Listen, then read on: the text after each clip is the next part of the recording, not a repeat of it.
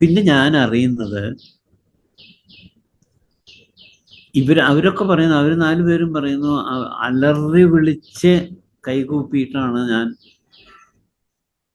എഴുന്നേറ്റ് നിൽക്കുന്നതെന്ന്. പക്ഷെ ഞാനെന്താ കണ്ടത്, ഈ റൂമും ഇതിലൊരു വസ്തു എന്താ വെച്ചാൽ ഈ റൂം മുഴുവനും ഇല്യൂമിനേറ്റ് ചെയ്ത മാതിരിയുള്ള പ്രകാശമാണ്. ഈ സ്ത്രീ ഒരു വീപ്പിംഗ് സൗണ്ടിലാണ് സംസാരം. അപ്പൊ എൻ്റെ വിചാരം വെച്ചാൽ അടുത്ത റൂമിൽ ആവുമല്ലോ. പക്ഷേ ഇത് ക്ലിയർ ആയിട്ട് ഞാൻ കേട്ടപ്പോൾ ഞാൻ എഴുന്നേറ്റ് ചെന്ന് ആ ഡ്രസ്സിങ് ഏരിയയിലെ ലൈറ്റ് ഇട്ട് നോക്കിയപ്പോൾ ഇല്ല. അത് കഴിഞ്ഞ് ബാത്റൂം തുറന്നു നോക്കി, ഇല്ല, നോബഡി.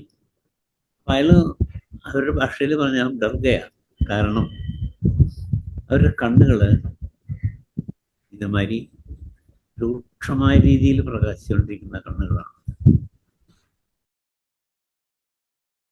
നമസ്കാരം സർ. നമസ്കാരം. നമ്മളെ കഴിഞ്ഞ പ്രാവശ്യം ചെയ്ത പ്രോഗ്രാമിന് വളരെ നല്ല സ്വീകരണമാണ് യൂട്യൂബിൽ നിന്ന് കിട്ടിയത്. നമ്മൾ സംസാരിക്കുന്ന സമയത്തും സാറിനോട് ഞാനത് പറഞ്ഞിട്ടുണ്ടായിരുന്നു. ഒരുപാട് പേര് റിക്വസ്റ്റ് ചെയ്തിരുന്നതും അതിന് 2ാം ഭാഗം വേണമെന്ന് ആണ്. അതിൽ ധാരാളം പേര് അതിൽ റിക്വസ്റ്റ് ചെയ്യുന്നത് 2ാം ഭാഗം ആവശ്യമുണ്ട്, ഇനിയും സാറ് ഈ പ്ലാറ്റ്ഫോമിൽ വരണമെന്ന് അഭ്യർത്ഥിച്ചിരുന്നു. ഇന്നിപ്പോൾ അതിൻ്റെ ഒരു കൾമിനേഷനായിട്ട് നമ്മൾ ഇന്ന് വീണ്ടും ഇവിടെ ഒത്തുചേരുകയാണ്. അപ്പോൾ ഒരിക്കൽ കൂടി സത്യനിവേദയിലേക്ക് സ്വാഗതം. നമുക്ക് കഴിഞ്ഞ പ്രാവശ്യം ഏതാണ്ട് നിർത്തിയ ഭാഗത്ത് നിന്ന് തന്നെ വീണ്ടും തുടങ്ങാമെന്ന് തോന്നുന്നു. സാറിനോട് നമ്മൾ സംസാരിക്കുന്ന സമയത്ത് നമ്മൾ മഹാവതാർ ബാബാജിയെ പറ്റിയിട്ട് ഈ പ്രാവശ്യം നമുക്കൊന്ന് സംസാരിക്കാമെന്ന് സാറിനോട് ഞാൻ പറഞ്ഞിട്ടുണ്ടായിരുന്നു. അപ്പൊ എനിക്ക് തോന്നുന്നു ആ ഭാഗത്തു നിന്നൊന്ന് സ്റ്റാർട്ട് ചെയ്യാം. സാറിന്റെ അതിലേക്ക് പോകുന്നതിന് മുമ്പ് കഴിഞ്ഞ എപ്പിസോഡിൽ ഒരുപാട് കോളുകൾ ഉണ്ടായിരുന്നു എനിക്ക്. ശരി, അത് ഞാനൊന്ന് ക്ലാരിഫൈ ചെയ്യാം അതിനെക്കുറിച്ച്. അത് പലരും അത് ഡൗട്ട്ഫുൾ ആയിട്ടുള്ള രീതിയിലൊക്കെ സംസാരിച്ചിരുന്നു. കാരണം അവർക്ക് അതേക്കുറിച്ച് അറിയില്ല. അതെന്താന്ന് വെച്ചാൽ അതിൽ അമാനുഷികമായ ഒരു 1-2 കാര്യങ്ങൾ നമ്മൾ പറഞ്ഞിട്ടുണ്ടായിരുന്നു. അത് ഇന്നത്തെ കാലത്തും ഉണ്ടാവുമോ, അങ്ങനെ സംഭവിക്കുമോ നമ്മളെ ഈ ചുറ്റും? അപ്പൊ അതിൻ്റെ ഒരു ക്ലാരിഫിക്കേഷൻ അവർക്ക് വേണമെന്ന് പറഞ്ഞിട്ടുണ്ടായിരുന്നു. അപ്പൊ ഞാൻ പറഞ്ഞു, okay, I shall be explaining in my next episode എന്ന് പറഞ്ഞിട്ടുണ്ടായിരുന്നു. അപ്പൊ അത് വെച്ച് തുടങ്ങാം. യഥാർത്ഥത്തില് എനിക്ക് അന്നുണ്ടായ ഒരു അനുഭവം, ഞാനൊരു ജ്വലിക്കുന്ന കണ്ണുകളുള്ളൊരു സ്ത്രീയുടെ കാര്യമാണ് ഒന്ന് പറഞ്ഞിട്ടുണ്ടായിരുന്നത്. ഇത് കഴിഞ്ഞ വഴിക്ക് തന്നെ ഞാൻ 2 സർക്കിൾ ഇൻസ്പെക്ടർ ഓഫ് പോലീസ് ഓഫീസേഴ്സിനെയും ഒരു ലേഡി ഇൻസ്പെക്ടറെയും ഞാൻ കോണ്ടാക്ട് ചെയ്തിട്ടുണ്ട്. അപ്പൊ ഇവർ ആ ചുറ്റുപാടിലെ ഇവർക്ക് അറിയാൻ കണക്ഷൻ ഉണ്ടാവില്ല എന്തായാലും. അപ്പോ അവരവിടെ പോകണ്ടായിട്ടുണ്ട്. അതാകെ ഞാൻ പറഞ്ഞ മാതിരി തന്നെ, ഞാൻ എക്സ്പ്ലെയിൻ ചെയ്ത മാതിരി തന്നെ വൃക്ഷങ്ങൾ വരെ ഉണങ്ങി കരിഞ്ഞ് അങ്ങനെയുള്ളൊരു അവസ്ഥയിലാണ്. പിന്നെ ഈ പോലീസിനെ സംബന്ധിച്ചിടത്തോളം ഒരു പരാതി ഉണ്ടെങ്കിൽ മാത്രമേ അവർക്ക് അത് ടേക്ക് ഇതാകാൻ പറ്റുള്ളൂ. അപ്പൊ അതില്ലാത്തടത്തോളം കാലം അവിടെ പോയി നടത്താനൊന്നും അവർക്ക് സാധ്യമാവില്ല. പിന്നെ അപ്പൊ ഇത് ഒറ്റപ്പെട്ട അനുഭവമല്ല. ഇനിയിപ്പോ നമ്മള് ബാബാജി നാഗരാജന്റെ എപ്പിസോഡ് വരുമ്പോ ഇതിന്റെ ഇരട്ടിയായിട്ട് ഞാൻ പറഞ്ഞുതരാം. ഇതിൽ ഈ എപ്പിസോഡിൽ വരുന്നുണ്ടല്ലോ. 2ാമത്തെ ഒരു സംഭവം എന്താണെന്ന് വെച്ചാൽ, ഉത്തരാഖണ്ഡിന്റെ കുമയൂൺ ഹിമാലയൻ ഭാഗത്ത്, ഈ കുമയൂൺ ഹിമാലയം എന്ന് പറയുന്നത് മറ്റേ നൈനിതാളിൽ നിന്ന് തൊട്ട് തുടങ്ങും. നൈനിതാള്, അൽമോറ, ബാഗേശ്വർ, പിത്തോരഘട്ട്, അങ്ങനെ കിടക്കുന്ന വലിയൊരു ഹ്യൂജ് ഏരിയയാണത്. ഇവിടെ ഒരുപാട് നാട്ടുരാജാക്കന്മാരുടെ പാലസുകള് ഇപ്പോൾ ചിലതൊക്കെ റിനോവേറ്റ് ചെയ്ത് ഹോട്ടൽസ് ആയിട്ട് കൊടുക്കുന്നുണ്ട്. പക്ഷെ ഒക്കെ ഒറ്റപ്പെട്ട ഹിൽ ടോപ്പുകളിലാണ്, അല്ലെങ്കിൽ വാലിയിൽ നിന്ന് കുറേ ഒരു 16 അടിയൊക്കെ മുകളിലേക്ക് പോയി അങ്ങനെയൊക്കെയുള്ള ഏരിയകളിലാണ്. പിന്നെ ജനവാസം എന്ന് പറഞ്ഞത് വളരെ കുറവാണ്. ഇവരൊക്കെ സിറ്റി ഏരിയകളിലേക്ക് താമസം മാറ്റി, ഈ രാജാക്കന്മാരുടെ ഫാമിലികളൊക്കെ. പക്ഷെ ഇവിടെ ഇന്നും പലർക്കും പല അനുഭവങ്ങളും ഇത്തരത്തിലുണ്ടായിട്ടുണ്ട്. ഞാനൊരിക്കൽ പിത്തറഘട്ടിലൊരു ഹോട്ടലിലൊരു 9,000+ ഹൈറ്റിലാണ് അത്. അപ്പം ഇവരുടെ ഇൻമേറ്റ്സുകൾ ഇതിൽ വരുന്നത് വിദേശ ടൂറിസ്റ്റുകളാണ്. അതിനുള്ള പാക്കപ്പ് പരിപാടികളാണ്. നമ്മുടെ ലോക്കൽ ആൾക്കാരുകളൊന്നും ഇങ്ങനെ ഇവരുടെ അടുത്ത് വളരെ റയറാണ്. ഒന്നത് ഇറ്റ്സ് വെരി എക്സ്പെൻസീവ് ആണ്. പിന്നെ ആക്സസിബിലിറ്റി കുറവാണ്. വാഹനം ഉള്ളവർക്ക് മാത്രമേ ഈ ഹിൽ ടോപ്പിൽ കൂടെ വളഞ്ഞ് തിരിഞ്ഞ് ഡേഞ്ചറസ് ആയിട്ടുള്ള റോഡുകളാണ്. അപ്പം നമ്മുടെ ആൾക്കാരുകൾ ഒരു പരിധി വരെ സെർട്ടൺ എക്സ്റ്റെൻഡ് അവർ കുറവേ ഇവിടേക്ക് വരുന്നുള്ളൂ. അപ്പം ഞാനിങ്ങനെ 2-3 സ്ഥലത്ത് ഈ പാക്കേജ് സ്കീം അനുസരിച്ച്, അത് ഉത്തരാഞ്ചൽ ടൂറിസത്തിൻ്റെ കെയർ ഓഫിൽ പോയിട്ടുണ്ട്. അതിൽ 1-2 അനുഭവം എനിക്കുണ്ടായത് എന്താണെന്ന് വെച്ചാൽ, ഞാൻ ഈവനിങ്ങിലെ ഒരു ആഫ്റ്റർ 3 o'clock അങ്ങനെ, ഇതൊരു 10-20 ഏക്കറുടെ ഉള്ളിലൊക്കെയാണ് ഇവരുടെ കോമ്പൗണ്ട്. വാലികൾ താഴോട്ടുണ്ട്, ഗാർഡൻസുകളുണ്ട്. പക്ഷെ ചുറ്റും നല്ല വൃത്തിയായിട്ട് കമ്പിവേലി ഇട്ടിട്ടുണ്ട്. ഒരു പൂച്ചയ്ക്ക് പോലും കിടക്കാൻ പറ്റില്ല. കാട്ടുമൃഗങ്ങളുടെ ശല്യം ഇല്ലാതിരിക്കാനാണ് അങ്ങനെ ചെയ്തിരിക്കുന്നത്. അപ്പോൾ ഞാൻ ഈ വാലികളൊക്കെ നോക്കി മെല്ലെ, ഞാൻ ഒറ്റയ്ക്കുള്ളൂ, അങ്ങനെ നോക്കി നടന്ന് ഒരു ഗാർഡനർ, 1-2 ഗാർഡനേഴ്സ് അവിടെ വർക്ക് ചെയ്യുന്നുണ്ട്. അപ്പോൾ അവരെന്തോ ചൂണ്ടിക്കാണിക്കുന്നു, സംസാരിക്കുന്നു. അപ്പം ഞാൻ അങ്ങോട്ട് ചെന്നപ്പോൾ ഒരു 8-9-10 വയസ്സിൻ്റെ ഉള്ളിലുള്ള ഒരു കുട്ടിയുടെ ബോഡിയാണ്. എന്നാൽ പുറമേക്ക് അവർ പറഞ്ഞു മരിച്ചുപോയി. പുറമേക്ക് വലിയ ഇഞ്ചുറി ഒന്നും കാണുന്നില്ല. പക്ഷേ ഈ കുട്ടിയുടെ ചുണ്ടിന്ന് ബ്ലഡ് ക്ലോട്ട് ചെയ്ത് കഴുത്തിലുണ്ട്. ഞാൻ പറഞ്ഞു ഉടനെ പോലീസിനെ അറിയിച്ച് ഇതാക്കണം. അപ്പോൾ അവർ പറഞ്ഞു നമ്മൾ മാനേജ്മെന്റിന് റിപ്പോർട്ട് ചെയ്തിട്ടുണ്ട്.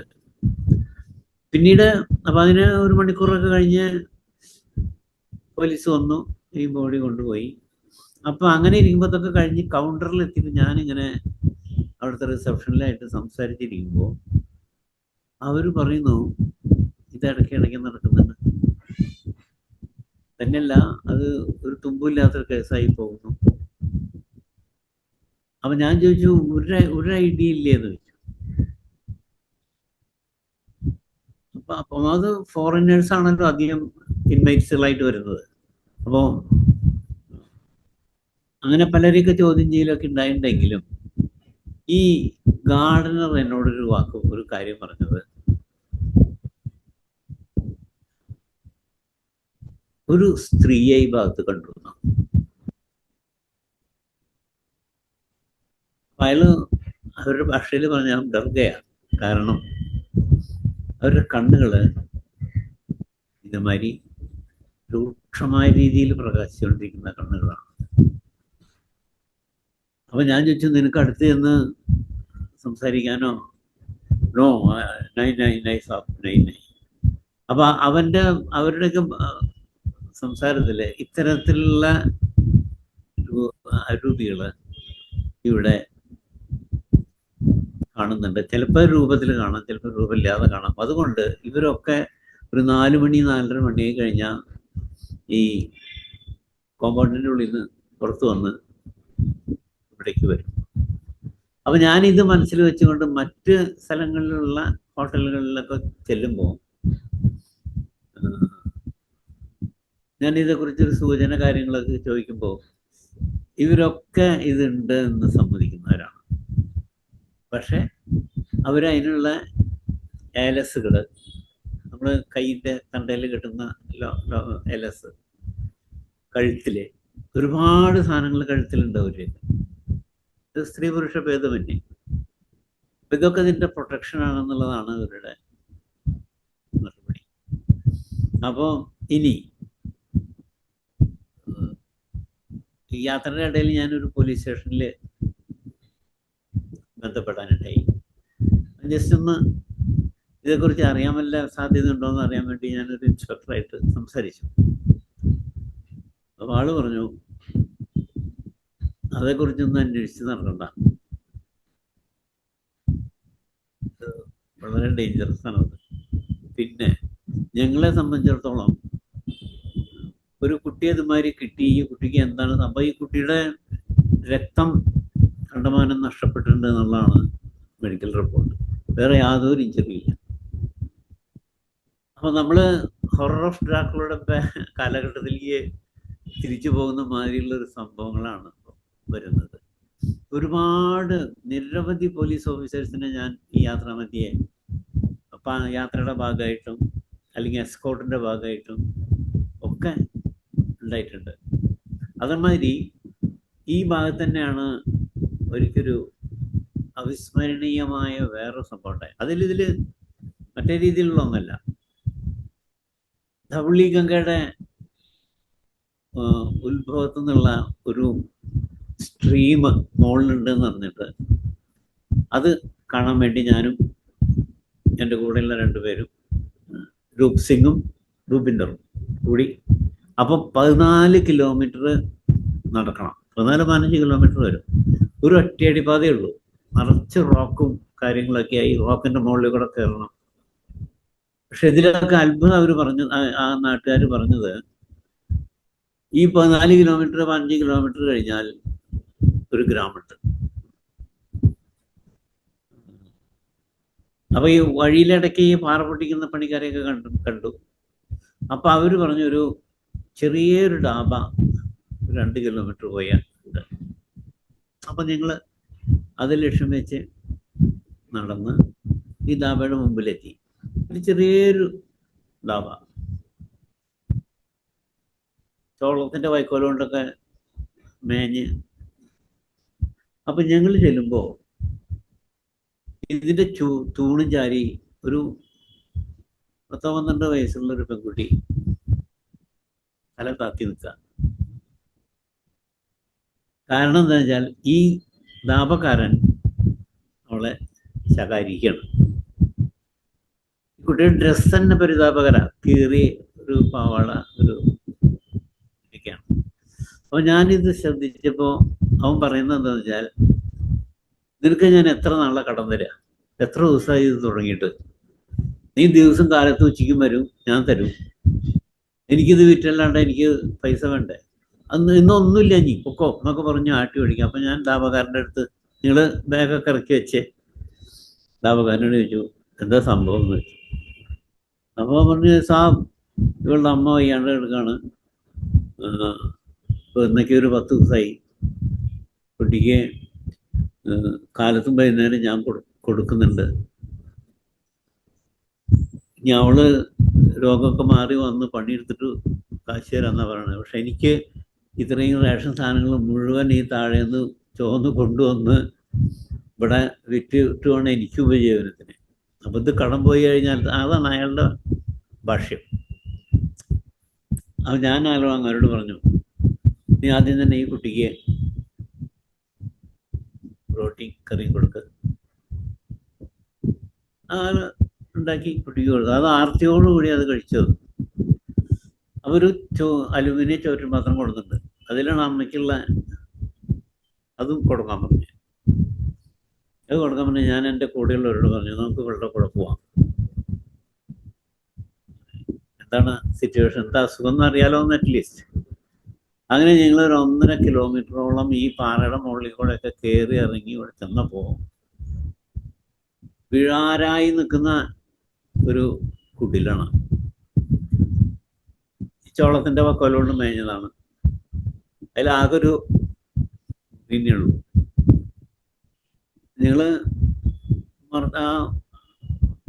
പുറത്ത് നിന്നിട്ട് നോക്കിയപ്പോൾ അവിടെ ഒരു കീറിയ കമ്പിളിയുടെ ഉള്ളിൽ ഒരു ആരോ ചുരുണ്ടും കൂടി കിടക്കുന്നുണ്ട്. ഞാനും അവനും കൂടി റൂമിൽ കിടന്ന്, കൂടെയുള്ളവരും കൂടി കിടന്നു. എന്നിട്ട് കൊണ്ടുപോയി അമ്മയെ വിളിച്ചു. അമ്മ മിണ്ടൊന്നുമില്ല. അപ്പൊ ചായ കൊടുത്തിട്ടുണ്ടെന്ന് പറഞ്ഞപ്പോ ഒന്ന് പുറത്ത് നീക്കി. അപ്പോ അവശയായിട്ട് എല്ലിച്ച ഒരു സ്ത്രീയാണ്. പക്ഷെ വർത്താനം അപ്പൊ ഞാൻ ചോദിച്ചു എന്താണ്? അപ്പം പനിയാണ്, കടുത്ത പനിയാണ്, കുറെ ദിവസമായി തുടങ്ങിയിട്ട്. അവള് എഴുന്നേറ്റിരുന്നു കഷ്ടി. അപ്പൊ കണ്ടാൽ തന്നെ സങ്കടം തോന്നും. അപ്പൊ ആദ്യം തന്നെ ഈ ഫുഡ് കഴിക്കാൻ പറഞ്ഞപ്പോ അതിന് വേണ്ടത് അറിയാം, അതായത് ചായ കുറച്ച് കുടിച്ചു. ഞാനതിനെ ലക്ഷണമൊക്കെ കണ്ടു നോക്കിയപ്പോ എനിക്ക് മനസ്സിലായി ഇതിനെ പെട്ടെന്ന് ഹോസ്പിറ്റലൈസ് ചെയ്തില്ലെങ്കിൽ അത് മരിച്ചു പോകും. ഈ 10-12 വയസ്സുള്ള ഒരു കുട്ടി മാത്രമേ ഉള്ളൂ. അത് ഞാൻ നമ്മുടെ കൂടെയുള്ളവർ പറഞ്ഞു, നീ ഇവിടുത്തെ ഗ്രാമത്തലവനെ ആരാണെന്ന് അന്വേഷിക്കുക. അപ്പോൾ ആ കുട്ടി പറഞ്ഞു കാണിച്ചു തരാമെന്ന്. അവനവർ പോയി ഒരു 10 മിനിറ്റിനുള്ളിൽ ഗ്രാമത്തലവൻ വന്നു. അപ്പം ഞാൻ പറഞ്ഞു ഇതിനെ ആശുപത്രിയിൽ കൊണ്ടുപോകണം, അതിനുള്ള എന്താ വെച്ചാൽ സംവിധാനം ചെയ്യണം. അപ്പോൾ അവൻ പറഞ്ഞു കോണി മാതിരി ഒരു സ്ട്രക്ചർ നമ്മൾ ഉദ്ദേശിക്കുന്ന മാതിരി ഉണ്ടാക്കിയിട്ട് മരം കൊണ്ട് ഒക്കെ വെച്ച് കെട്ടി അതിൽ കൊണ്ടുപോകാൻ സാധിക്കും. പക്ഷെ വലിയ റേറ്റ് വരും. കാരണം 3-4 പേരോ കയറ്റണത്, അതിനല്ല കുത്തനെയാണ് താഴോട്ട്, പിന്നെ കയറ്റണം, അങ്ങനെയൊക്കെയാണ്. അത് ഞാൻ പറഞ്ഞു എന്തായാലും വിരോധമില്ല, ഇതിപ്പോൾ ചെയ്യണമെന്നു. ഞാൻ എന്നിട്ട് എൻ്റെ കയ്യിലുള്ള ചില പനിയുടെ ഗുളികകളും സാധനങ്ങളൊക്കെ ഇതിനോട് കൂടി കൊടുത്തു. അത് കഴിഞ്ഞൊരു കോണി ഉണ്ടാക്കി അതിൽ വെച്ച് പുകപ്പൊക്കെ ഇട്ട് ഈ കുട്ടിയെ വേറെ എവിടെ ആക്കാനും നിവൃത്തിയില്ല. അപ്പൊ ഗ്രാമത്തലവൻ പറഞ്ഞു അവൻ്റെ അടുത്ത്. അപ്പൊ തന്നെ കുട്ടികളും ഇല്ല, പിന്നെ ഇതിനെ നോക്കാനും ഒരു വേണ്ട. പിന്നെ അമ്മയ്ക്ക് എന്തെങ്കിലും ഒരു സഹായം വേണമെങ്കിൽ വെച്ചാൽ ഈ കുട്ടിയും കൂടെ പോകും. അങ്ങനെ ഞങ്ങളൊരു 12-13 കിലോമീറ്റർ താഴെ വന്ന് ഒരു വാഹനം, അപ്പൊ ഈ ഓട്ടോറിക്ഷ ഓൾട്ടറേറ്റ് ചെയ്തിട്ടുള്ള ഒരു സൈസ് വാഹനം അവിടെ പോകും, ഭയങ്കര ശബ്ദം ഉണ്ടാക്കിയിട്ട്. അതിൽ കയറ്റി ഒരു അനദർ 10 കിലോമീറ്റർ പോയാൽ ഒരു ലോക്കൽ ക്ലിനിക് ഉണ്ട് ഗവൺമെന്റിന്റെ. അവിടെ കൊണ്ടുവന്ന് നോക്കി ഡോക്ടർ, ഞാൻ പറഞ്ഞു ഒത്തിരി സീരിയസ് ആണ്, കുട്ടിയെ നോക്കണം, ഇവരെ നോക്കണം. അയാൾ വന്നൊക്കെ നോക്കിയിട്ട് പറഞ്ഞു അവിടെ പറ്റില്ല. അവിടുന്ന് ഒരു 10-12 കിലോമീറ്റർ പോയാൽ ഗവൺമെന്റിന്റെ തന്നെ നല്ല ഇതുണ്ട്, ഒന്ന് കൊണ്ടുപോകണം, ആള് ഡേഞ്ചറസ് ആണ് എന്ന് ഡോക്ടറും പറഞ്ഞു.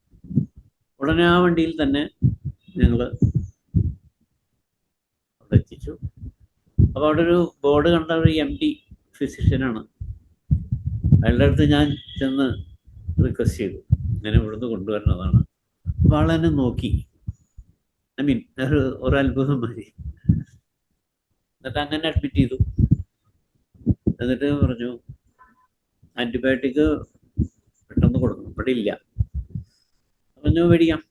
അപ്പോൾ അയാൾ അതൊക്കെ കുറിച്ച് തന്നു. ഈ വണ്ടിക്കാരനെ അത് മേടിക്കാൻ വിട്ടു.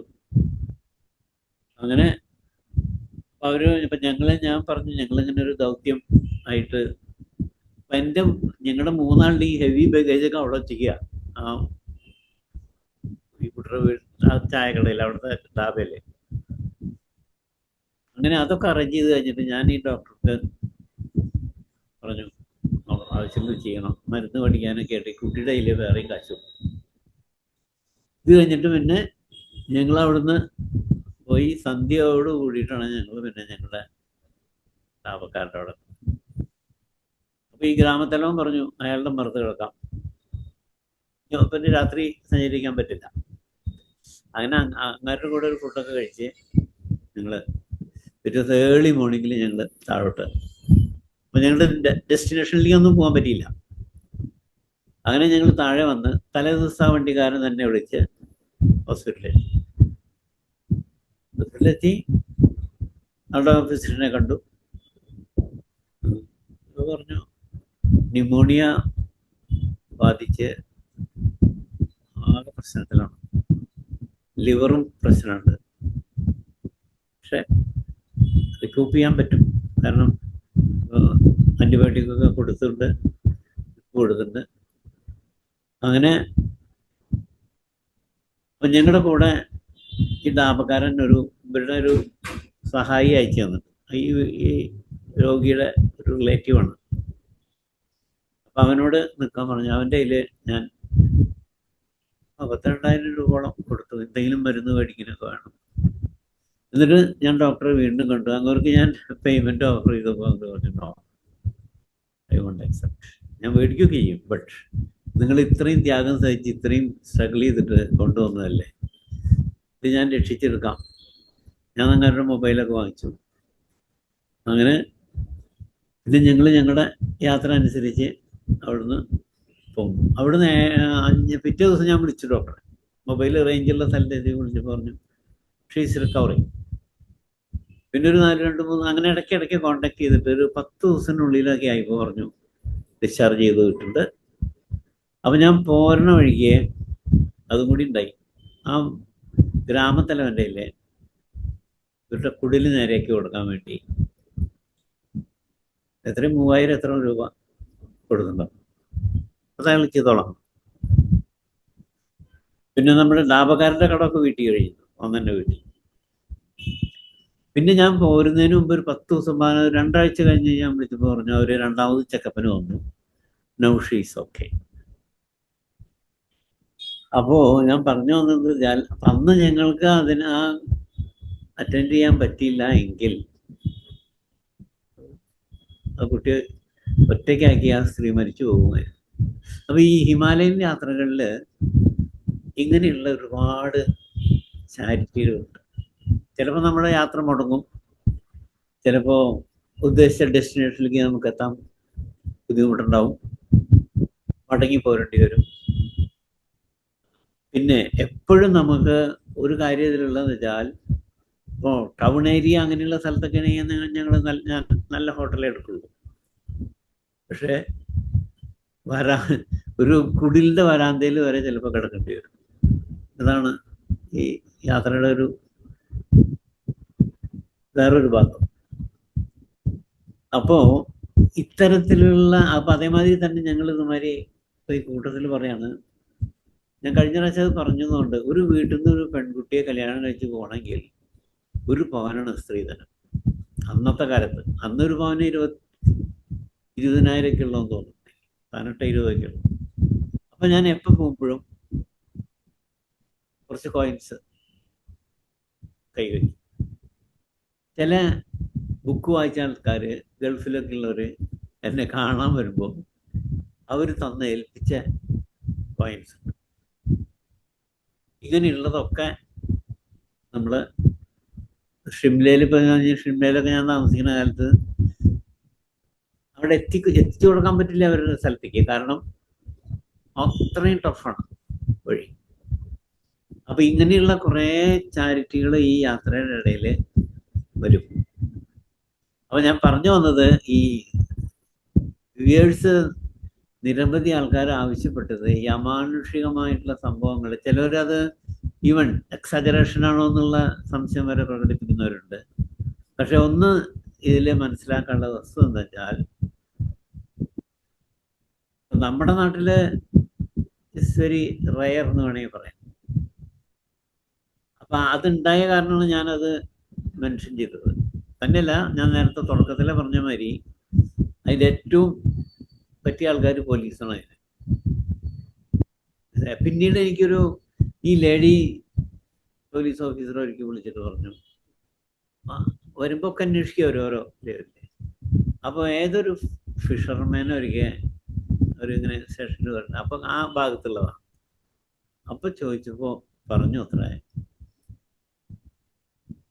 ഇതിൻ്റെ ബാക്ക് സൈഡ് മുഴുവൻ സീയാണ്, നിറച്ച് പാറക്കെട്ട്. അതൊക്കെ ഞാൻ അവിടെ നന്നായി കണ്ടിട്ടുണ്ട്. പക്ഷെ പലരും മിസ്സാവുണ്ടെന്ന്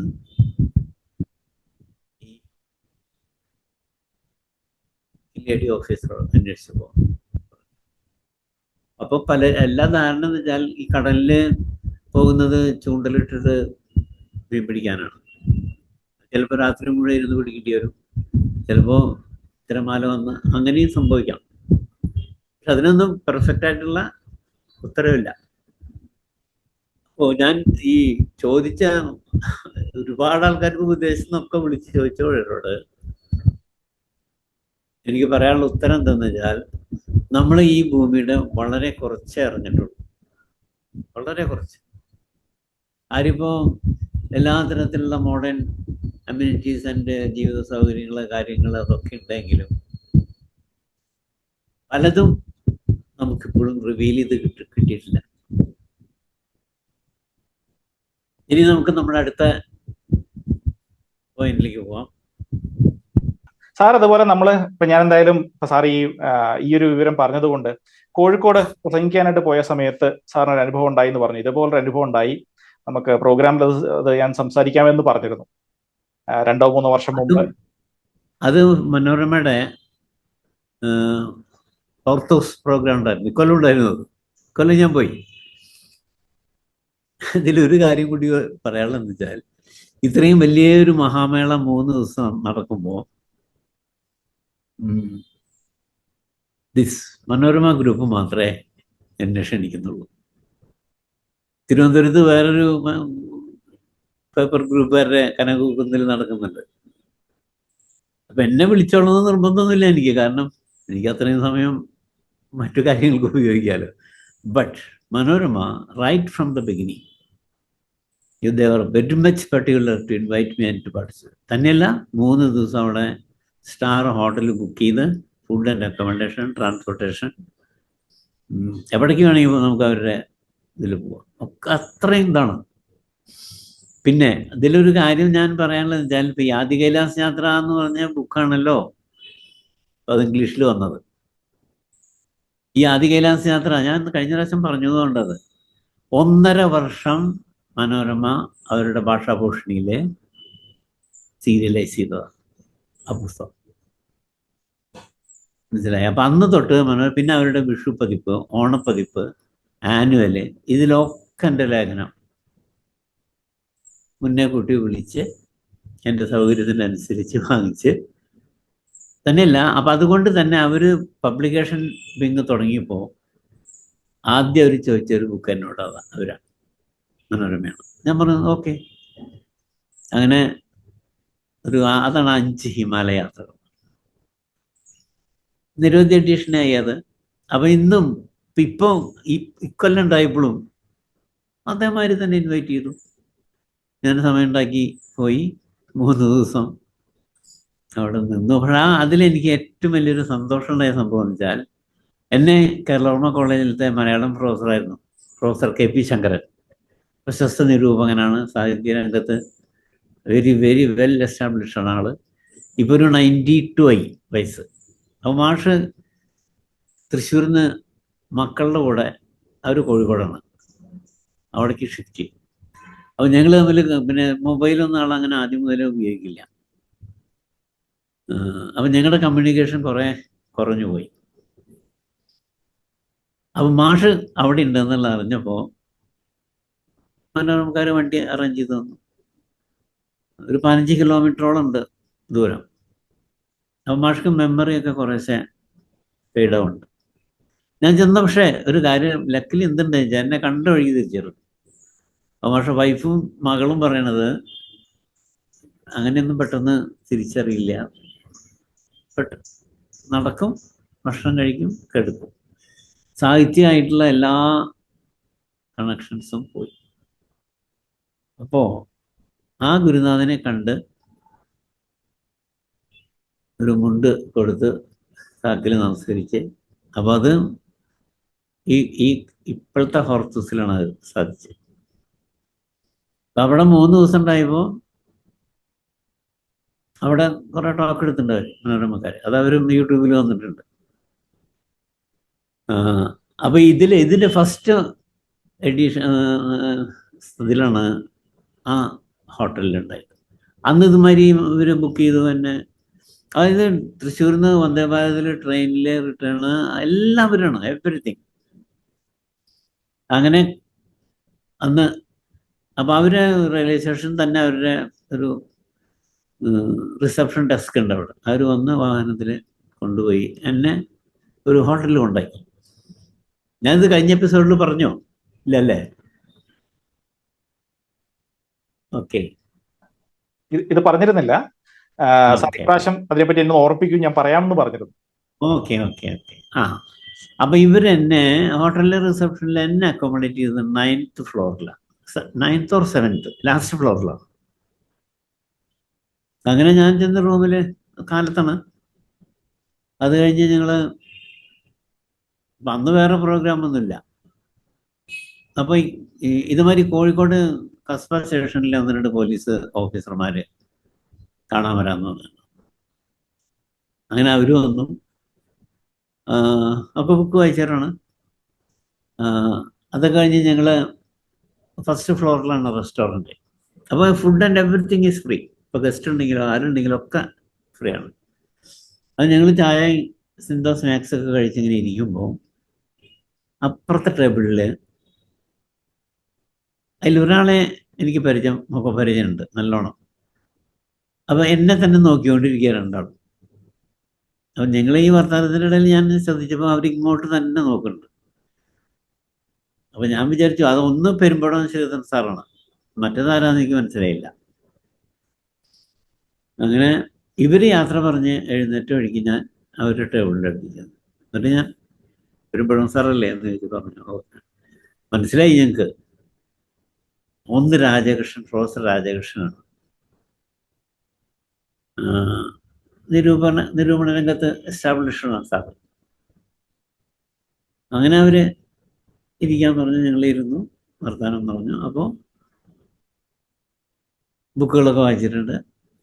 അപ്പോൾ ഇൻ്റർവ്യൂ അങ്ങനെയൊക്കെ കണ്ടിട്ടുണ്ട്, മുഖം തിരിച്ചറിഞ്ഞ് ദൂരദർശനിൽ. അങ്ങനെ ഒരു ഹാഫ് ആൻ അവറോളം വർത്താനമൊക്കെ പറഞ്ഞ് വെരി കോർഡിലി ഞങ്ങൾ തിരിക്കും. അപ്പോൾ ഒരു 7:30 മണിക്ക് ആയിട്ട് വൈകുന്നേരം. അത് കഴിഞ്ഞ് ഞാൻ എൻ്റെ റൂമിൽ പോയി. അപ്പോൾ ഫുഡിന് ഒരു 8 o'clock 8:30 ഇടയിൽ ഫുഡിൻ്റെ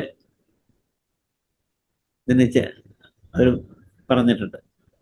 അതിന് കുളിയൊക്കെ കഴിഞ്ഞ് താഴെ ഈ റെസ്റ്റോറൻറ്റിൽ വന്ന് ഭക്ഷണം കഴിച്ച് ഞാൻ വീണ്ടും ഈ 7th ഫ്ലോറിലെത്തി. അപ്പോൾ ഒരു സ്പേഷ്യസ് ആയിട്ടുള്ളൊരു ഡബിൾ റൂമാണ്, AC റൂമാണ്. അതിൽ മറ്റേ ബെഡിൻ്റെ എതിർവശത്ത് ഒരു കർട്ടൻ ഇട്ട് മറച്ചിട്ട് അവിടെയാണ് ഒരു മറ്റേ ഡ്രസ്സിങ് ഏരിയ. അതിൽ ഷെൽഫും കാര്യങ്ങളൊക്കെ ഉണ്ട്. അത് കഴിഞ്ഞാൽ ബാത്റൂം. അങ്ങനെ ഫുഡൊക്കെ കഴിഞ്ഞ് അപ്പം ഞാൻ എന്തോ വായിക്കാണ്ടായിരുന്നു. അത് വായിച്ച് ഇങ്ങനെ കിടക്കുമ്പോൾ ആരോ സംസാരിക്കുന്നു, ഒരു സ്ത്രീയും പുരുഷനും. ഈ സ്ത്രീ ഒരു വീപ്പിംഗ് സൗണ്ടിലാണ് സംസാരം. അപ്പോൾ എൻ്റെ വിചാരം ഞാൻ അടുത്ത റൂമിൽ ആവുമല്ലോ. പക്ഷേ ഇത് ക്ലിയർ ആയിട്ട് ഞാൻ കേട്ടപ്പോൾ ഞാൻ എഴുന്നേറ്റ് ചെന്ന് ആ ഡ്രസ്സിങ് ഏരിയയിലെ ലൈറ്റ് ഇട്ട് നോക്കിയപ്പോൾ ഇല്ല. അത് കഴിഞ്ഞ് ബാത്റൂം തുറന്നു നോക്കി, ഇല്ല, നോ ബഡി. അപ്പോൾ പ്രോബബ്ലി ഐ തോട്ട് ഈ റൂമിൻ്റെ മറ്റ് വിങ്ങുന്നാവും എന്ന് വെച്ചിട്ട് ഞാൻ റൂം പൂട്ടിയിട്ട് ആ വരാന്തയിൽ കൂടെ അങ്ങനെ വന്നു. അപ്പോൾ നോക്കിയപ്പോൾ ആ സൈഡിലത്തെ എല്ലാ റൂമുകളും ഓഫാണ്, ആരുമില്ല. ഒരു എൽ ഷേപ്പിലാണ് ആ ഭാഗം. എഗെയിൻ ഞാൻ വന്ന് കിടന്ന് ഈ വായനയും അന്നത്തെ പേപ്പറും കാര്യങ്ങളും വായിച്ചു പോകുമ്പോൾ എഗെയിൻ അത് ക്ലിയറായിട്ട് എനിക്ക് കേൾക്കാം. പക്ഷെ നമ്മുടെ മലയാളം ലാംഗ്വേജ് അല്ല, എന്തോ അനദർ ലാംഗ്വേജിലാണ് ഈ പുരുഷൻ്റെ ശബ്ദവും ഉയർന്ന് എന്താ ഒരു ഭീഷണിപ്പെടുത്തുന്ന മാതിരി അങ്ങനെയൊക്കെ ഞാൻ വീണ്ടും എഴുന്നേറ്റ് ചെന്ന് ടോർച്ചെടുത്ത് ലൈറ്റ് ഇട്ടു. ആരുമില്ല. മറ്റേ ബാത്റൂമിൽ ആരുമില്ല. അപ്പം ഞാൻ ഈ ഡ്രസ്സിങ് ഏരിയയുടെ ജനല അടച്ചിട്ടേക്കാം, കുറ്റിയിട്ടേക്കാം. അത് തുറന്ന് ഞാൻ നോക്കിയപ്പോൾ അങ്ങ് താഴെ സ്ട്രീറ്റിൻ്റെ മതിലാണ്. അത് കഴിഞ്ഞാൽ സ്ട്രീറ്റാണ്, ഒരു ചെറിയ ഗല്ലിയാണ്. അത് കഴിഞ്ഞാൽ ഈ ഹോട്ടലിൻ്റെ മതിലുമാണ്. അപ്പോൾ അവിടെ നിന്നൊന്നും അങ്ങനെ ഒരു സൗണ്ട് കേൾക്കാനോ അതിനൊന്നും പറ്റില്ല. എഗെയിൻ ഞാൻ വന്ന് വീണ്ടും ഈ റൂമുകളൊക്കെ നോക്കി എവിടെയും ലൈറ്റില്ല. അപ്പം ഞാൻ റിസപ്ഷനിലേക്ക് വിളിച്ചിട്ട് പറഞ്ഞു, ഇങ്ങനെ ഞാൻ ഇന്ന റൂമിലാണ്, ഈ ഫ്ലോറിൽ ആരും ഇല്ലെന്ന് ചോദിച്ചു. അപ്പോൾ അവർ പറഞ്ഞു, ഇല്ല ആരുമില്ല സാറിൻ്റെ റൂം. ഓക്കെ, എന്നാൽ ഒരു കാര്യം ചെയ്യേ, ഞാൻ ഇവിടുന്ന് ഷിഫ്റ്റ് ചെയ്യാം, എനിക്ക് 2ഓ 3ഓ ഫ്ലോറിൽ വേണമെന്ന്. അത് കഴിഞ്ഞിട്ട് ഞാൻ കിടന്നില്ല, ഞാൻ ഇരുന്നു കൊണ്ട് വാച്ച് ചെയ്തു. അവിടെയൊക്കെ ലൈറ്റ് ഇട്ടു, എല്ലായിടത്തും ലൈറ്റ് ഇട്ടു. അതിനല്ല മെയിൻ ഡോറ് തുറന്നിട്ടു, ടോർച്ച് കയ്യിലുണ്ട്. കുറച്ച് കഴിയുമ്പോൾ വീണ്ടും തുടങ്ങി. അപ്പം ഞാൻ എഴുന്നേറ്റ് വരാന്തയിൽ വന്നു. ഇതുവരെ ആയിട്ട് അവർ റൂം ഷിഫ്റ്റ് ചെയ്യാനുള്ള ഒരു സംവിധാനം ചെയ്തിട്ടില്ല. ഞാൻ റിസപ്ഷനിൽ വിളിച്ചപ്പോൾ പറഞ്ഞു സ്റ്റാഫ് ഇല്ല അപ്പോൾ എന്നൊക്കെ പറഞ്ഞൊരു തരികള. ഞാൻ വേഗം എന്നെ ഉച്ചയ്ക്ക് കാണാൻ വന്ന ഈ പോലീസ് ഓഫീസർ വിളിച്ചു. ആള് ഒരു 10 മിനിറ്റുള്ള സ്ഥലത്തെത്തിയപ്പോൾ ഞാൻ ഈ വിവരം പറഞ്ഞു. വന്ന ഒഴികെ ഞങ്ങൾ ലിഫ്റ്റ് കയറി ഇവിടെ വന്നു. ആ സിറ്റുവേഷനും കാര്യങ്ങളും അതൊക്കെ പറഞ്ഞു കൊടുത്തു. ഞങ്ങൾ ലൈറ്റ് ഓഫ് ചെയ്തു, വാതിലടച്ചു.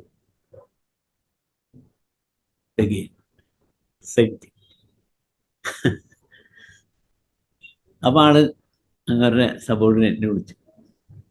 അത് കഴിഞ്ഞ് നിങ്ങൾ വരാന്തയിൽ മുഴുവൻ തപ്പി റിസപ്ഷനിലേക്ക് സാറ് വിളിച്ചിട്ട് നിങ്ങൾക്ക് ഒരൊറ്റ റൂമില്ല, അവിടെ ഒരു ഇത് മാത്രമേ ഉള്ളൂ. എടുത്ത വഴിക്ക് ആൾ പറഞ്ഞു റൂം ഷിഫ്റ്റ് ചെയ്യണം. അപ്പം തന്നെ അപ്പം ഞാൻ പറഞ്ഞു ഞാൻ അത് മുമ്പേ പറഞ്ഞതാ. അങ്ങനെ എന്നെ 2ാം നിലയിലേക്ക് ഷിഫ്റ്റ് ചെയ്യും. എന്നിട്ട് ഞാനും സാറും കൂടി കുറച്ച് നേരം വർത്താനം പറഞ്ഞു. അപ്പം അത് കഴിഞ്ഞിട്ട് ഇനിയിപ്പോൾ പ്രശ്നമൊന്നുമില്ലല്ലോ എനിവേ. അപ്പം നാളെ നമുക്ക് നാളെ എൻ്റെ പ്രോഗ്രാമൊക്കെ ഉള്ളത് ബീച്ചിൽ. പിറ്റേ ദിവസം ഒന്നും ഉണ്ടായില്ല, അന്ന് രാത്രി. ഓക്കെ, അപ്പോൾ പോകുമ്പോൾ ഞാൻ ഈ സാറിനോട് വിവരം. അപ്പോൾ ആൾ ഈ റിസപ്ഷനിൽ പറഞ്ഞേൽപ്പിച്ചു, 7th ഫ്ലോറിൽ നിങ്ങൾ കൃഷിയുണ്ട, ഏതായാലും ബാക്കിയൊക്കെ പൂട്ടി കിടക്കണം, നിങ്ങൾ ഇനിയൊരു ഉത്തരവുണ്ടാവണ വരെ. പിന്നീട് ഈ ലേഡി ഓഫീസറാണ് പിന്നെ എന്നെ വിളിച്ചത്. അപ്പോൾ അവർ പറഞ്ഞു ഇത് കൺസ്ട്രക്ഷൻ നടന്നത് ഒരു 10 വർഷം 12 വർഷം മുമ്പാണ്. ആ സമയത്ത് ഇവിടെ എന്തോ ഒരു മർഡർ റിപ്പോർട്ട് ചെയ്തിട്ടുണ്ട്. അപ്പോൾ പണിതേണ്ടത് നോർത്ത് ഇന്ത്യൻ പണിക്കാരാണ്. അപ്പം ഇങ്ങനെയൊക്കെയുള്ള ഡീറ്റെയിൽസുകളാണ് ഇവിടുന്ന്. അപ്പം ഞാൻ പറഞ്ഞില്ലേ ഇതിനൊക്കെ സാക്ഷികൾ പോലീസ്. കാരണം നമ്മൾ ആദ്യം അറിയിക്കേണ്ടത് അവരെയാണല്ലോ ശരിക്കേ. അതാണ് ഈ കോഴിക്കോടത്തെ സംഭവം. ഞാനിതായാലും ആ ഹോട്ടലിൻ്റെ പേര് പറയുന്നില്ല, കാരണം ഞാൻ അവർക്കൊരു ബിസിനസ്സിന് ഒരു പ്രശ്നം വരണ്ട. അതെ അതെ അതെ അതെ. നമുക്കിനി ഞാനിപ്പോൾ ആദ്യം ചോദിക്കാൻ വന്ന ചോദ്യത്തിലേക്ക് തിരിച്ചു പോവാം. നമുക്ക് മഹാവതാർ ബാബാജിയെ പറ്റിയിട്ട് ഒന്ന് സംസാരിച്ചു പോവാം. സാറ് ബുക്ക് എഴുതുന്ന സമയത്ത് സന്തോബാൻ തടാകത്തിലേക്ക് പോയ ആ ഒരു യാത്ര വിവരണത്തിലാണ് മഹാവതാർ ബാബാജിയെ പറ്റി എഴുതിയതെന്നാണ് എൻ്റെ ഓർമ്മ. അതില് അദ്ദേഹത്തിന്റെ ഈ ആശ്രമം അവിടുന്ന് വളരെ ഉള്ളിലേക്ക് വളരെ ദുർഘടമായിട്ടുള്ള ഒരു പാതയിൽ അല്ലെങ്കിൽ വഴിയിലൂടെയാണ് അങ്ങോട്ട് എത്തുന്നതെന്നൊക്കെ എഴുതിയിരുന്നു. മനുഷ്യർക്ക് പോകാൻ ബുദ്ധിമുട്ടാണെന്നൊക്കെ സാർ അതിൽ എഴുതിയിരുന്നു. എന്നാൽ വളരെ വിദേശികൾ പോലും ശിഷ്യന്മാരായിട്ടുണ്ട് എന്നൊക്കെ സാറ് പറഞ്ഞിരുന്നു. സാർ എഴുതിയത് ഓർമ്മ ശരിയാണെന്നുണ്ടെങ്കിൽ തമിഴ്നാട്ടിലാണ് മഹാവതാർ ബാബാജി ജനിച്ചിട്ടുള്ളത് അല്ലെ? സാർ ഒന്ന് സംസാരിക്കാമോ അതിനെപ്പറ്റി? തമിഴ്നാട്ടിലെ ഹിമാലയത്തില് ഉള്ള ഇവരുടെ ബാബാജിയുടെ താവളം ഞാൻ പിന്നീടാണ് അറിഞ്ഞത്. അത് ബദ്രിനാഥിൽ നിന്ന് സ്വർഗാരോഹിണി മൗണ്ടൻ കഴിഞ്ഞ് സതോപം തടാകത്തിലേക്കുള്ള യാത്രാമധ്യമാണ് അത്. അതിൻ്റെ ഇടയിൽ ഇൻ ബിറ്റ്വീൻ, അതിൻ്റെ ഇടയിലെ മഹാഭാരത യുദ്ധം കഴിഞ്ഞിട്ട് അർജുനൻ മുങ്ങിക്കുളിച്ച ഒരു തടാകമുണ്ട്. അതും കഴിഞ്ഞിട്ട് വേണം ഈ യാത്ര കണ്ടിന്യൂ ചെയ്യാൻ. അവിടുന്ന് 3, 4, 5 ദിവസത്തെ യാത്രയുണ്ടെന്നാണ് പല യോഗിമാരും പറയുന്നത്. അപ്പം ഞാനിത് അറിഞ്ഞ വഴിക്ക് തമിഴ്നാട്ടിലാണ് ഇതിൻ്റെ ഒറിജിൻ എന്നുള്ള ഇതറിഞ്ഞ വഴിക്ക് ഞാൻ തമിഴ്നാട്ടിലേക്ക് പോയി. ഞാൻ ഒറ്റയ്ക്ക്. പറങ്കിപ്പേട്ട ചിദംബരം എന്ന് പറഞ്ഞ മഹാക്ഷേത്രമുണ്ട് തമിഴ്നാട്ടിൽ. തഞ്ചാവൂര്, ട്രിച്ചി, തഞ്ചാവൂര്, അങ്ങനെ ആ ബെൽറ്റ് മുഴുവൻ അമ്പലങ്ങളുടെ ഒരുപാട് ക്ഷേത്രങ്ങളുണ്ട്. വൈത്തീശൻ കോവില്, അങ്ങനെ അങ്ങനെ ഒരുപാടുണ്ട് അവിടെ. അതില് ചിദംബരം കഴിഞ്ഞാൽ സീഷോറായി, കടലിന്റെ ഭാഗമായി ചിദംബരം. അവിടുന്ന് ഒരു 22 കിലോമീറ്റർ ഉണ്ട് പറങ്കിപ്പേട്ട എന്ന സ്ഥലത്തേക്ക്. ഈ പറങ്കിപ്പേട്ടയിലാണ് ഈ ആശ്രമം എന്ന് ഞാൻ അറിഞ്ഞിട്ടുണ്ടായിരുന്നു. അപ്പം അതേക്കുറിച്ചുള്ള ഡീറ്റെയിലുകൾ അറിയാനാണ് ബുക്കിൽ എഴുതാൻ വേണ്ടിയിട്ടുള്ള യാത്രയായിരുന്നു അത്. അങ്ങനെ ഞാൻ പറങ്കിപ്പേട്ടയിലെത്തി. അവിടെ ബാബാജി ആശ്രമം എന്നൊക്കെ ചോദിച്ച് ഒരു ടീ സ്റ്റോളിലൊക്കെ ചോദിച്ചു. Nobody knows. ഗ്രാമീണർക്കൊന്നും അതിനെക്കുറിച്ചൊരു അറിവേ ഇല്ല. അപ്പം അങ്ങനെ ഇരിക്കുമ്പോൾ ഞാൻ അങ്ങനെ നടന്നൊരു ഏറ്റവും ഒരു മുക്കുവന്മാരുടെ കോളനിയാണത്. അപ്പം അങ്ങനെ നടന്ന് ഞാൻ ഒരു സ്ഥലത്ത് ഒരു സുബ്രഹ്മണ്യം കോവിൽ, ചെറിയൊരു കോവിൽ കണ്ടു. ഒരുപാട് പഴക്കമുണ്ട്.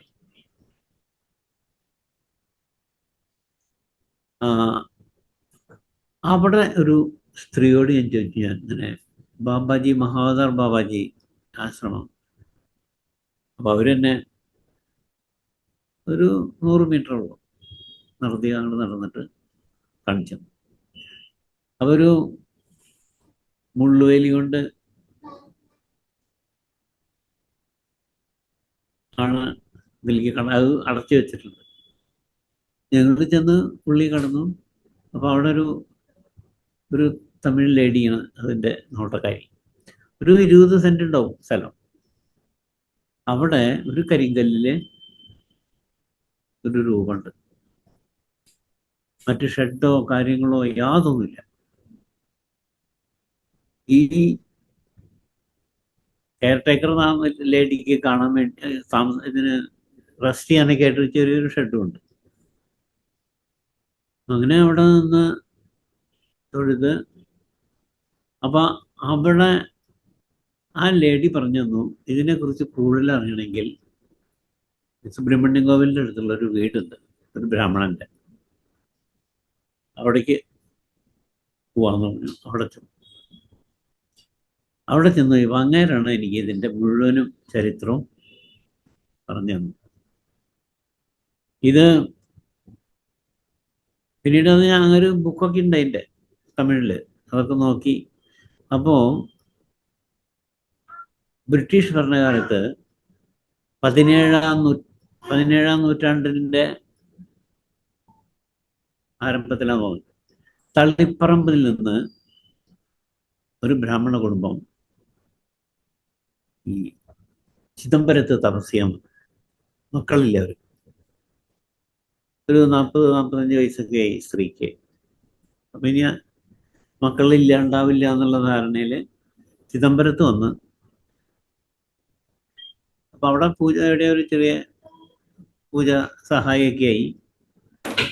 അങ്ങനെ ഇവിടെ ഈ സഹായി മറ്റേ ഇവർ കൂടെയുള്ളവരൊക്കെ കൂടിയിട്ട് ഈ സുബ്രഹ്മണ്യം കോവിലില് ഒരു ഒഴിവുണ്ട് പൂജാരിയുടെ. അപ്പം അവരെന്ത് ചോദിച്ചാൽ ചിദംബരത്ത് നിന്ന് ഇവിടെ വന്നു. അപ്പോൾ ആ അമ്പലത്തിലെ പൂജാരിയായി ഭാര്യയും ഭർത്താവും. താമസിക്കാനൊരു ചെറിയ വീടും അവർ ശരിയാക്കി കൊടുത്തു. അങ്ങനെ അവര് അവിടെ താമസം തുടങ്ങി. ബട്ട് ഒരു കൊല്ലം കഴിഞ്ഞപ്പോൾ ഈ സ്ത്രീ ഗർഭിണിയായി. സമയമായപ്പോൾ ഒരു ആൺകുട്ടിയെ പ്രസവിച്ചു. വെരി ഹാൻസമായിട്ട് ഇങ്ങനെ ഉള്ളൊരു കൊച്ചായിരുന്നു ചെറുപ്പം മുതലേ.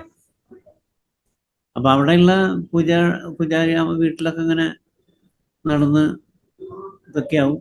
അങ്ങനെ ആ ഇടയിലാണ് അവിടെ ഈ സുബ്രഹ്മണ്യം കോവിലില് ഉത്സവം. അപ്പൊ ഈ കുട്ടിക്ക്, ഈ കുട്ടിക്ക് 5 വയസ്സ് ആയിട്ടുണ്ടാവും. അപ്പൊ അങ്ങനെ അന്ന് ഈ കച്ചവടക്കാരൊക്കെ ഉണ്ട്, ബലൂൺ സാധനങ്ങളൊക്കെ ചെയ്യുന്ന ആൾക്കാരുകളുണ്ട്. അപ്പൊ ഈ കുട്ടി പഠിക്കൽ നിൽക്കുമായിരുന്നു. അച്ഛനും അമ്മയും അമ്പലത്തില് തിരക്കില. എന്തിനു പറയുന്നു, ഈ കുട്ടി അവിടെ വെച്ച് മിസ്സായി. അപ്പൊ ഒരു കാബൂളി കച്ചവടക്കാരൻ അവിടെ കിടന്ന് കറങ്ങണ്ടായിരുന്നു. പ്രോബബ്ലി ഈ മറ്റേ കിഡ്നാപ്പ്ഡ് ദ ബോയ് എന്നുള്ളൊരു നിഗമനത്തിലാണ് എത്തിച്ചേർന്ന്. അവര് കടലോരത്തും ഒക്കെ നോക്കി, ഒരു രക്ഷയും കിട്ടിയില്ല. ലോസ്റ്റ് ഫോർ എവർ എന്നുള്ളൊരു കൺസെപ്റ്റിലെത്തിയവർ. ഈ കാബൂളി തന്നെയാണ് തട്ടിക്കൊണ്ടുപോയത്. ഇയാൾ എന്ത് ചെയ്തു വെച്ചാൽ ഒരു നാടൻ വഞ്ചിയില് എത്രയൊക്കെയോ ദിവസങ്ങളും മാസങ്ങളും എടുത്ത് കൽക്കട്ടയിലെത്തി. അതിൻ്റെ ഇടയിൽ പല സ്ഥലത്തും നിർത്തുകയും അങ്ങനെയൊക്കെ ഉണ്ടാവാം. കൽക്കട്ടയിലെത്തിയിട്ട് ഒരു ബ്രാഹ്മണ കുടുംബത്തിന് ഈ കുട്ടിയെ വിറ്റു. അപ്പൊ ഇതിൻ്റെ ഇടയിൽ ഒരു കൊല്ലം കഴിഞ്ഞു പോയിട്ടുണ്ട്. അപ്പം അവിടെ അടിച്ചു തെളിക്കാനും ഒക്കെ ആയിട്ടുള്ള പണികൾ, ഭക്ഷണം കിട്ടും. ഈ വിറ്റത കാശ് കൊടുത്ത് മേടിച്ചതല്ല, അത് തന്നെ ശമ്പളമൊന്നും ഇല്ല അന്നത്തെ കാലത്ത്. അങ്ങനെ ഇരിക്കുമ്പോൾ ഈ ബ്രാഹ്മണൻ ഉത്തരാഖണ്ഡ് ഹിമാലയത്തിലെ ഒരുപാട് യോഗീശ്വരന്മാരായിട്ട് കണക്ഷൻ ഉള്ളതാണ്. അപ്പൊ അവര് ഒരിക്കൽ വന്നപ്പോൾ, അവരൊരു 10-25 പേരുണ്ട്. ഇവിടെ വന്ന ഒരാഴ്ച താമസിക്കും. അങ്ങനെ അപ്പം ഈ ബ്രാഹ്മണര് ഭക്ഷണം കഴിച്ചാൽ അതിൻ്റെ വേസ്റ്റൊക്കെ കൊണ്ടുപോകാനും അടിച്ചു വരാനും ഒക്കെ കുട്ടിയാണ്. അപ്പൊ ഈ സന്യാസി സംഘത്തിലെ ഗുരു ഈ വീട്ടുകാരനെ വിളിച്ചിട്ട് പറഞ്ഞു, എവിടുന്ന് ഈ കുട്ടിയെ കിട്ടിയത്? പറഞ്ഞു, ഇങ്ങനെ ഒരു കാബൂളിയോ കച്ചവടക്കാരൻ കൊണ്ടുവന്ന് വാങ്ങിച്ചതാണ്. അവനെ അടുത്ത് വിളിച്ച് കുറച്ചു നേരം നോക്കി കഴിഞ്ഞിട്ട് പറഞ്ഞു, ഞങ്ങൾ ഇവനെ നാളെ പോവാണ്, ഇവനെ കൊണ്ടുപോകണം. ഇവൻ ഇങ്ങനെ വളരേണ്ട കുട്ടിയല്ല, ഇറ്റ്സ് എ ഡിവൈൻ ബർത്ത്.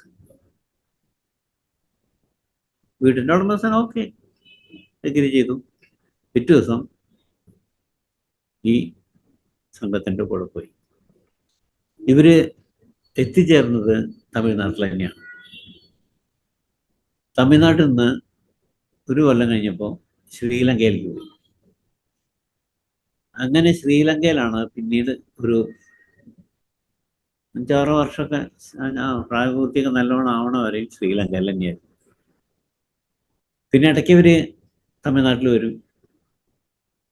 അങ്ങനെ അവിടുന്ന് 18 വയസ്സൊക്കെ കഴിഞ്ഞ് ഇതായപ്പോൾ തിരിച്ചു ഒരു ഹിമാലയത്തിലേക്ക് വന്നു.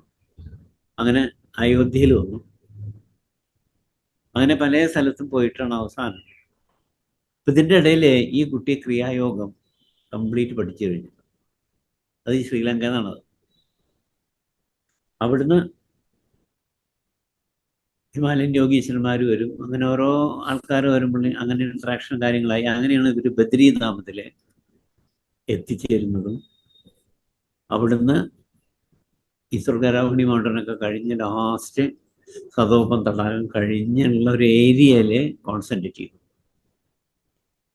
അവിടെ നിന്നാണ് അദ്ദേഹം ഈ അമരത്വം പ്രാപിച്ചത്. പിന്നെ ശിഷ്യഗണങ്ങൾ ഒരുപാടുണ്ടായി. ആ പ്രസ്ഥാനം അങ്ങനെ അങ്ങോട്ട് വളർന്നു. ഇവരുടെ ഈ സതോപം തടാകത്തിന്റെ അടുത്തുള്ള ആശ്രമത്തിൽ ഇരിക്കുന്ന കാലത്താണ് മാഡം ബ്ലാവസ്കി, റഷ്യക്കാരിയാണ്, ഈ ആശ്രമത്തിൽ വന്നു. അതിലും ഒരു അത്ഭുതകരമായ ചരിത്രമുണ്ട്. ഈ മാഡം ബ്ലാവസ്കി സെൻട്രൽ റഷ്യയിലെ ഒരു ആവറേജ് കുടുംബത്തിലെ ഒരു പെൺകുട്ടിയാണ്. പക്ഷെ യാതൊരു കാരണവശാലും ഇവര് കുരിശ് വരയ്ക്കില്ല. ഈ കുട്ടി മർദ്ദനം കിട്ടി, ഭക്ഷണം കൂടെ കണ്ടാക്കി. അങ്ങനെ അവസാനം ഈ കുട്ടിക്ക് 16 വയസ്സായപ്പോൾ ഒരു ദിവസം ഈ കുട്ടി രാത്രി വീട്ടിൽ നിന്ന് ഇറങ്ങിപ്പോയി. ഇത് മാഡം ബ്ലൗസ്കിയുടെ 4 വാള്യമുള്ള ഇംഗ്ലീഷ് ബുക്കുണ്ട്. അങ്ങനെ 2.5-3 മാസത്തോളം നടന്ന്, അപ്പോൾ ഓരോ സ്ഥലത്തും ഇവരെ ഹെൽപ്പ് ചെയ്യാനൊക്കെയുള്ള സംവിധാനങ്ങൾ എങ്ങനെയൊക്കെയോ വന്നു ചേരും. അങ്ങനെ സെൻട്രൽ ടിബറ്റിലെ ഒരു മൊണാസ്ട്രിയുടെ മുറ്റത്ത് ഒരു ഉച്ച കഴിഞ്ഞപ്പോൾ ഇവരെത്തി. അപ്പൊ ഈ മൊണാസ്ട്രിയുടെ മതിലിന്റെ തിണ്ടുമ്പില് ഒരു യോഗി കാത്തിരിക്കുന്നുണ്ടായിരുന്നു. ഈ മാഡം ഇവിടെ എത്തിയ വഴിക്ക് അങ്ങേരെ എഴുന്നേറ്റ് പറഞ്ഞു, I was waiting for you, come on. അപ്പൊ ഈ സെൻട്രൽ ടിബറ്റ് എന്ന് പറഞ്ഞാൽ it is an amazing area. ഇന്നും സൂപ്പർ നാച്ചുറൽ പവറുകളുള്ള യോഗീശ്വരന്മാര്, അങ്ങനെ വലിയൊരു സംഘം ഇപ്പോഴും സെൻട്രൽ ടിബറ്റിലുണ്ട്. ഈ ചൈന ഭരിക്കുന്ന ഭരണാധികാരികളിൽ ഭൂരിഭാഗവും ഇവിടെ വരുന്നുണ്ട്. കമ്മ്യൂണിസവും കാര്യങ്ങളൊക്കെ പുറമേക്കുള്ളൂ, മനസ്സിലായോ?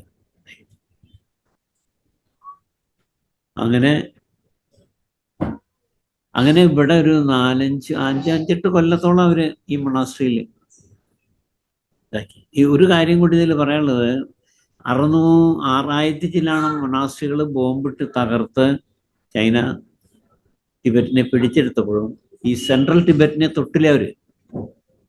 അവിടുത്തെ ലാമമാരും അവിടുത്തെ അണ്ടർഗ്രൗണ്ട് കേവുകളും മൊണാസ്ട്രി ഒക്കെ അതേമാതിരി നിലനിൽക്കുന്നുണ്ട് ഇപ്പോഴും.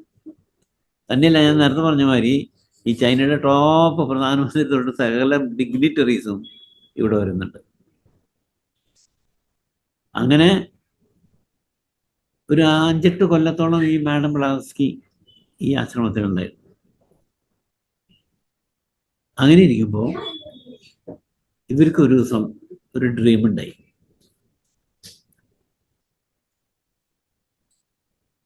അതായത് അമേരിക്കയിലെ ബോംബെന്ന് ഷിപ്പ് കയറിയിട്ട് അമേരിക്കയിലെ ഒരു തുറമുഖത്തെത്തണം. അപ്പോൾ ഇവർ കാലത്ത് എഴുന്നേറ്റ് അവിടുത്തെ ഗുരുവിനോട് പറഞ്ഞു. അപ്പോൾ ഗുരു പറഞ്ഞു, നിനക്ക് പോകാനുള്ള സമയമായി.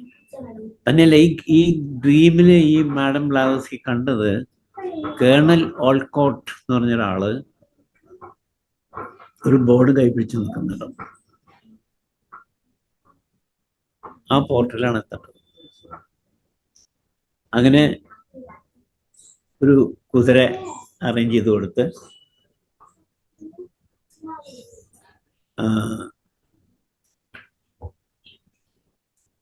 ഇവരെ യാത്രയാക്കി. അപ്പൊ അന്ന് സെൻട്രൽ ടിബറ്റിൽ നിന്ന് ബോംബെയിൽ എത്താന്ന് പറഞ്ഞാൽ തന്നെ ഒന്ന് ആലോചിച്ച് നോക്കും, എത്രയൊക്കെ ചുരങ്ങളും കടന്ന് എങ്ങനെയൊക്കെ വേണമെന്ന് പറയാം. 6 മാസം എടുത്തിട്ടുണ്ട്. ലാസ്റ്റ് അവര് ഈ തുറമുഖത്തെ ബോംബെ പോർട്ടിൽ. അപ്പൊ അവിടുന്ന് ഒരു കപ്പലില്, പായ്ക്കപ്പലാണോന്നൊക്കെ, അതിൽ കയറി 6 മാസം കഴിഞ്ഞപ്പോ ഇവര് അമേരിക്കയിലെ ഈ പോർട്ടിലെത്തി. പോർട്ടിലിറങ്ങി അവർ കുറച്ച് നടന്നപ്പോഴേക്കും കേണൽ ഓൾക്കോട്ട് എന്ന് പറഞ്ഞ ആള് വന്ന് സ്വീകരിച്ചു. അവിടുന്ന് അവരൊരു 3-4 ദിവസം യാത്ര ചെയ്ത് ഈ അമേരിക്കൻ ഗോത്രവർഗക്കാർ താമസിക്കുന്ന വാലിയിൽ എത്തി.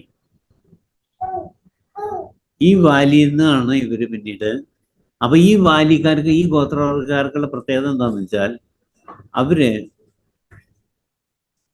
പ്രേതാത്മാക്കളെ കുറിച്ച് ഗവേഷണം നടത്തുന്ന മന്ത്രവാദികളാണ്. അപ്പൊ അവിടെ വെച്ചിട്ട് അത് ഒരു 3-4 കൊല്ലത്തോളം ഈ കേണൽ ഓൾക്കോട്ടും ഇവരും കൂടിയിട്ട് ഇവിടെ ഉണ്ടായിരുന്നു. അങ്ങനെ ഈ ആത്മാക്കളായിട്ടുള്ള സന്ദേശം പരസ്പര കമ്മ്യൂണിക്കേഷൻ, അങ്ങനെയുള്ള എല്ലാ ക്രാഫ്റ്റുകളും പഠിച്ചത് ഇവിടുന്നാണ്. ഒരു സന്യാസി എന്ന് പറഞ്ഞു, it's time for your departure, come with me. ഒന്നും പറയാതെ കേണൽ ഓൾക്കോട്ടും വരും ഈ സന്യാസിയുടെ കൂടെ പോയി. ഒരു 4-5 മാസം കൊണ്ട് ബോംബെയിലെത്തി. ബോംബെയിൽ നിന്ന് വീണ്ടും സെൻട്രൽ ടിബറ്റിലെത്തി. സെൻട്രൽ ടിബറ്റിൽ പിന്നെ അവിടുന്ന് അവരുടെ യാത്ര ഉണ്ടായത് ബദ്രീനാഥിലേക്കാണ്. ബദ്രീനാഥിൽ വന്ന് അവിടുന്നാണ് പിന്നീട് ഈ മറ്റേ ലക്ഷ്മി വനം, മറ്റേ സ്വർഗാരോഹിണി മൗണ്ടൻ, സതോപം തടാകം, ഇതൊക്കെ കഴിഞ്ഞിട്ടുള്ള അനന്തമായ മഞ്ഞുഭൂമിയിലുള്ള ആശ്രമത്തിൽ എത്തിപ്പെട്ടത് ഈ മാഡം ബ്ലാവസ്കിയും ഇവരാണ്, ഈ കേണൽ ഓൾക്കോട്ട്. ആ ഇടയിലെ ഇവർക്ക് ഒരുപാട് പഠനങ്ങളും കാര്യങ്ങളും മാഡം ബ്ലാവസ്കി അവിടെ നിന്ന് ഉണ്ടായിട്ടുണ്ട്. ഈ സമയത്താണ് ഒരിക്കൽ അവർ ബദ്രീനാഥിൽ ഒരു ബ്രേക്കിന് വേണ്ടി വന്നപ്പോൾ അവിടെ വെച്ചിട്ടുണ്ട് അവർ ആദ്യമായിട്ട് ആനി ബെസന്റിനെ കാണുന്നത്. Doctor Annie Besant. Annie Besant was surprise. കാരണം അവര് ഇതുമാതിരി ഒരു ഇൻഡ്യൂഷനിൽ ഇങ്ങനെ സഞ്ചരിക്കൊണ്ടിരിക്കുക, എവിടെയെങ്കിലും ഒരു ഗുരുവിനെ കാണും. അപ്പൊ അവര് ഗുരുസ്ഥാനം വഹിച്ചു. അങ്ങനെ ആനി ബെസന്റും ഈ സതോപന്ത് ആശ്രമത്തിലേക്ക് വന്നു.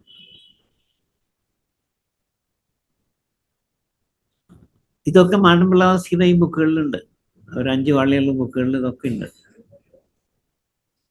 അങ്ങനെ ഇരിക്കുമ്പോൾ ഒരിക്കൽ ബദ്രീനാഥില്, ഇപ്പൊ നമ്മള് ബദ്രീനാഥ് എന്ന് പറയുമ്പോൾ എത്ര സംഭവങ്ങൾക്ക് സാക്ഷ്യം വഹിച്ചിട്ടുണ്ടെന്ന് അറിയാതെ, ഒരിക്കൽ ഒരു ബദ്രീനാഥില് ഇടയ്ക്കിടയ്ക്ക് വരും. അവർക്ക് ഒരു 4-5 ദിവസം നടന്നാൽ ബദ്രിയിലെത്താം. അപ്പോഴാണ് ഈ അന്ന് അവർക്ക് ഒരു ലെറ്റർ കിട്ടണം. അപ്പൊ ഈ ബദ്രീനാഥിൽ ഇവർക്കൊരു ആശ്രമം കുറെ വിദേശികൾക്കൊക്കെ കൂടി ഉണ്ടായിരുന്നു. ആ ആശ്രമത്തിൽ ഈ ഒരു എഴുത്ത് വന്നിട്ടുണ്ട്. ഈ ലെറ്റർ ഡോക്ടർ ആൽബർട്ട് ഐൻസ്റ്റൈൻ്റെ ആണ്. അവർ തുറന്നു നോക്കിയപ്പോൾ ആൽബർട്ട് ഐൻസ്റ്റൈൻ്റെ ലെറ്ററാണ്. അപ്പൊ അതില് ഐൻസ്റ്റൈൻ അന്ന് യൂറോപ്പിലാകെ വിസ്മയായി. ഈ ഐൻസ്റ്റൈൻ്റെ ഒരു ലേഖനം, അത് അന്ന് ആ മെഡിക്കൽ ബുള്ളറ്റിന്മാരുള്ള ലേഖനമാണത്. അതിൻ്റെ ചട്ടയില് ആത്മാവിൻ്റെ ഡെഫിനേഷനാണ് കൊടുത്തിരിക്കുന്നത്. It is an energy molecular structure എന്നാണ് ഹെഡിങ്. ഇതിൻ്റെ ഉള്ളടക്കം മനുഷ്യന് ആത്മാവുണ്ട്. ഈ ആത്മാവ് എന്താണ്? അത് nothing but electron, neutron, proton ആണ്. ഇതിനെ സമർത്ഥിച്ചിട്ടുള്ള ലേഖനാണ് ഈ മാഗസിൻ. ഇത് യൂറോപ്പിൽ കണ്ടമാനം കോൺട്രവേഴ്സി ഉണ്ടാക്കി. സയന്റിസ്റ്റുകളൊക്കെ ഒരു ഭാഗത്ത് ഐൻസ്റ്റൈന് എതിരായിട്ട് നിന്നു. ഇതൊക്കെ പമ്പര വിഡിതാണ്, അങ്ങനെയാണ് ഇങ്ങനെയാണ് എന്നൊക്കെ പറഞ്ഞു. അപ്പൊ ഐൻസ്റ്റൈൻ ഇതിനൊക്കെ മറുപടി പറഞ്ഞു, ഗിവ് മി ടൈം, എനിക്ക് ടൈം വേണം, ഞാൻ ഈ ഇലക്ട്രോൺ, ന്യൂട്രോൺ, പ്രോട്ടോൺ തെളിയിച്ചു തരാം. അങ്ങനെയാണ് 2010-12 ആയപ്പോൾ, 1910 ആയപ്പോൾ നീൽ ബോർ നോബൽ സമ്മാനം കിട്ടിയ ആളാണ്. പ്രിയോജിത് കഫ്ര നോബൽ സമ്മാനം കിട്ടിയവരാണ്. അങ്ങനെ ഒരു വലിയ ഗാങ്ങിനെ സംഘടിപ്പിച്ച് ഇവരിതിൻ്റെ യാഥാർത്ഥ്യം തിരിച്ചെടുത്തു. അപ്പൊ ഇലക്ട്രോൺ, ന്യൂട്രോൺ, പ്രോട്ടോൺ എന്ന് പറയുന്നതാണ് നമ്മുടെ ഈ ആത്മാവ്. അതിൻ്റെ ഡെഫിനേഷനാണ് it is an energy molecular structure. അപ്പൊ ഈ നീൽ ബോറിന്റെ പരീക്ഷണത്തില്, വർഷങ്ങൾ നീണ്ടു നിന്ന പരീക്ഷണത്തിൽ ഐൻസ്റ്റൈനും നീൽ ബോറും അങ്ങനെയുള്ള ഒരു സെറ്റ് ഓഫ് നോബൽ സമ്മാനം നേടിയവരെ, പിന്നീട് മാർക്സ് പ്ലാങ്ക് ഒക്കെ എനിക്ക് തോന്നുന്നു, ഇവരൊക്കെ കൂടി പിന്നെ പരീക്ഷണ വിധേയാക്കിയപ്പോൾ ഈ ഒരു ഇലക്ട്രോണിന്റെ ചുറ്റും കറങ്ങുന്ന ന്യൂട്രോണും പ്രോട്ടോണിന്റെയും സ്പീഡ് വരെ ഇവർ കണക്കാക്കി. അത് ഇറ്റ് ഈസ് 2188 km/s ഇലക്ട്രോൺ. അപ്പൊ ലക്ഷോപിലക്ഷം ഇലക്ട്രോണുകളാണ് ഒരാളുടെ ബോഡിയിൽ. ആറ്റം കണങ്ങളാണ് അത്. അപ്പൊ ഈ 2188 പ്രാവശ്യം കറങ്ങുമ്പോൾ ഇറ്റ് ജനറേറ്റ്സ് എനർജി. ഈ എനർജിയാണ് നമ്മുടെ ബോഡിയിലത്തെ അവയവങ്ങളെ സജീവാക്കുന്നത്.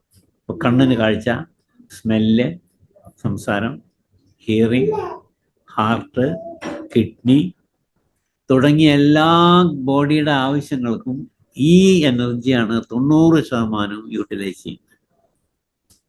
ബാക്കി 10% എനർജിയാണ് നമുക്ക് നമ്മുടെ ഫുഡ് ബാക്കിയുള്ളതൊന്നും കിട്ടുന്നത്. അപ്പോൾ ഒരാളുടെ ബോഡിയിൽ ലക്ഷം ഇലക്ട്രോണുകളാണ്. ഈ എനർജിയാണ്. അപ്പം ഞാൻ വീണ്ടും റിപ്പീറ്റ് ചെയ്ത് പറയാന്ന് വെച്ചാൽ അത് ഫോളോ ചെയ്യാനാണ്. വീണ്ടും അപ്പം ഈ എനർജിയാണ് നമ്മളെ ലൈവ് ആക്കുന്നത്. നമ്മുടെ ബ്രെയിൻ അടക്കം കീപ്പ് ചെയ്യുന്നത് ഈ എനർജി കൊണ്ടാണ്. ഈ സംഭവമാണ് അപ്പോൾ ഡോക്ടർ ആനി ബെസന്റിന്റെ കയ്യിലാണ് ഇത് കിട്ടിയത്. അവരുടെ കയ്യിലൊരു ഹാൻഡ് ടൈപ്പ് റൈറ്റർ ഉണ്ടെന്ന്. ഈ ടൈപ്പ് റൈറ്ററിൽ ഇതൊക്കെ ടൈപ്പ് ചെയ്തു. അവരെന്നെ പോയി കണ്ടു. ഒരുപാട് സംഭവങ്ങൾ അതിന് ശേഷം നടന്നു. പക്ഷെ ക്രമേണ വെസ്റ്റേൺ ഡോക്ടർമാരൊക്കെ സൈലൻ്റായി. കാരണം അവർക്ക് എതിർ പറയാൻ ഒന്നുമില്ല. അപ്പം അതേമാതിരി ഇപ്പം നമ്മുടെ സാധാരണഗതിയിൽ നമ്മുടെയൊക്കെ ചിന്താഗതികളും കാര്യങ്ങളും ഒക്കെ എങ്ങനെയാ വെച്ചാൽ ഒരു വലിയൊരു സെക്ഷന് ഇതൊന്നുമില്ല, ഈശ്വരനില്ല, മറ്റതില്ല, അതില്ല ഒക്കെ അവഗണിച്ച് അങ്ങനെയുള്ള ഒരു സംസ്കാരമുള്ള ഒരു പെർസെൻറ്റേജ് കുറച്ച് ആൾക്കാരുണ്ട്, കുറേ ആൾക്കാരുണ്ട്. പക്ഷേ നിരീശ്വരവാദം കൊണ്ടു നടക്കുന്ന ആൾക്കാരുകൾ കുറേ ഉണ്ടല്ലോ. പക്ഷേ വെസ്റ്റേൺ കൺട്രീസിലായിരുന്നു ഇതൊരു കാലത്ത് കണ്ടമാനം ഉണ്ടായിരുന്നു. പക്ഷെ ഇന്ന് നമ്മളെക്കാളധികം ഈ രംഗത്ത് വിശ്വസിക്കുന്നവർ അവരാണ്. അപ്പോൾ ഇത് എവിടുന്ന് തൊട്ട് എങ്ങനെയൊക്കെ വന്നു എന്ന് ആലോചിച്ച് നോക്കുക. സെൻട്രൽ റഷ്യയിൽ നിന്ന് ഒരു 16 വയസ്സായ പെൺകുട്ടി അനാഥയായി നടന്ന് സെൻട്രൽ ഒരു മൊണാസ്ട്രിയിൽ എത്തുക. അവിടുന്ന് ഒരു അമേരിക്കയിലെ ബോസ്റ്റൺ പോർട്ടിലെത്തുക. അപ്പോൾ ഓരോ സംഭവങ്ങൾ ഉരുത്തിരിഞ്ഞ് വരിക എന്നുള്ള പറയണത് അങ്ങനെയാണത്. അപ്പം മഹത്തായ സംഭവങ്ങൾ ഒരു ദിവസമോ 2 ദിവസം കൊണ്ടോ ഉണ്ടാവില്ല. It take years, hundreds of years. അപ്പോൾ ഈ രീതിയിൽ ക്രിയായോഗത്തിനെ നമ്മൾ പഠിക്കുമ്പോൾ, ഇപ്പം ഞാൻ വീണ്ടും കഴിഞ്ഞ എപ്പിസോഡിൽ ഞാൻ പറഞ്ഞു, അതിനുശേഷം ഒരുപാട് ആൾക്കാർ വിളിച്ചു, സാർ അതെങ്ങനെയാണെന്ന് എക്സ്പ്ലെയിൻ ചെയ്ത് തരാം, ഞങ്ങൾക്ക് അത് പഠിക്കണമെന്നുണ്ട്, അങ്ങനെയുണ്ട്. അപ്പം ഞാൻ പറഞ്ഞു, നിങ്ങൾ ഇവിടെ സാധാരണ ഒരു യോഗ സെൻറ്ററിൽ പോയിട്ട് ഓഫ് കോഴ്സ് ഫിസിക്കലായിട്ട് നിങ്ങൾക്ക് എക്സസൈസ് ഒക്കെ ഉണ്ടാവാം, ബട്ട് ക്രിയായോഗം നിങ്ങൾ അഭ്യസിക്കുന്നില്ല. അതിന് വേറെ പഠനം വേണം.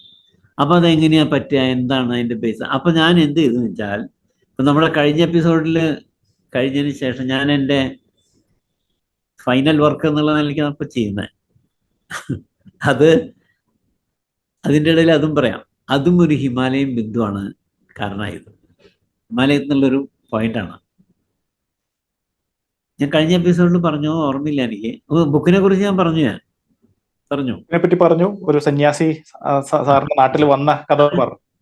അത് ഞാൻ 8ാം ക്ലാസ്സിൽ പഠിക്കുമ്പോഴാണ്. അതും കൂടി ആലോചിച്ച് നോക്കണം. ഈ ലോകം ഒന്നും അറിയില്ല നമുക്ക് അന്നത്തെ കാലത്ത്. ബട്ട് എന്നോട് ചോദിച്ചാൽ എനിക്ക് ഓർമ്മയില്ല. ഇംഗ്ലീഷ് സംസാരിച്ചെന്നുള്ളതാണ് എനിക്ക് അറിയില്ല. പക്ഷെ ഏത് സ്റ്റാൻഡേർഡിലാണ് പഠിക്കണതെന്നാണ് ചോദിച്ചത്. അപ്പോൾ ഞാൻ 8 എന്നൊക്കെ പറഞ്ഞിങ്ങനെ വിക്കി. പിന്നീട് ഒരു 2 കിലോമീറ്ററോളം ആള് എൻ്റെ കൂടെ നടക്കുമ്പോൾ, ഞങ്ങളുടെ കൂടെ നടക്കുമ്പോൾ ഹി വാസ് വാച്ചിങ് മീ. ഇപ്പൊ എനിക്ക് തോന്നുന്നു, ഞാൻ പിന്നീട് അതൊക്കെ പലപ്പോഴും റിവൈസ് ചെയ്ത് നോക്കാറുണ്ട്. പിന്നെ ആ മനുഷ്യൻ ഒരു 1.5 വർഷം ഗുരുവായൂരുണ്ടായിരുന്നു.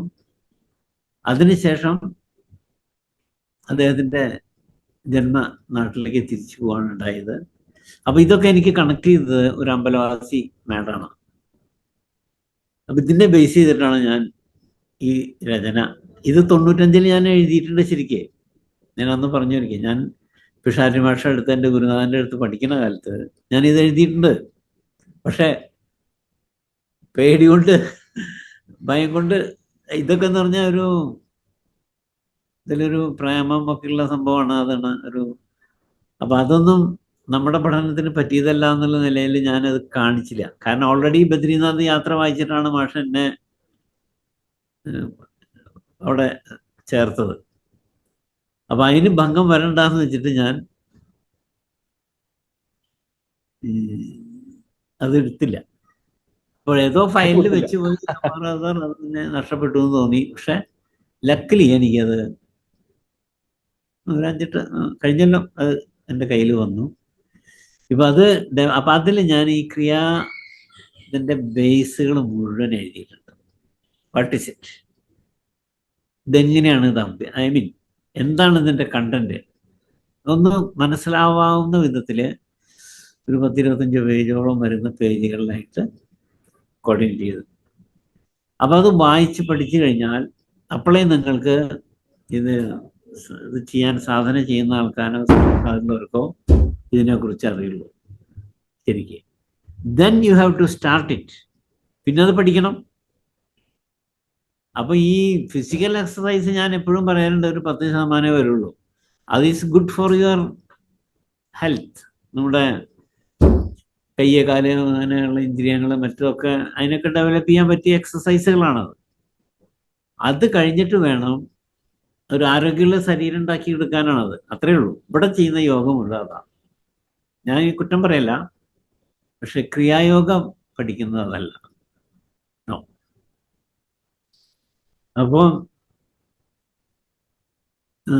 അപ്പൊ ഈ രീതിയിലാണ് ഇതിനെ ഇന്നത്തെ രീതിയിൽ വളർത്തി ഫേമസ് ആക്കിയത് ഈ ബാബാജി നഗരാജൻ.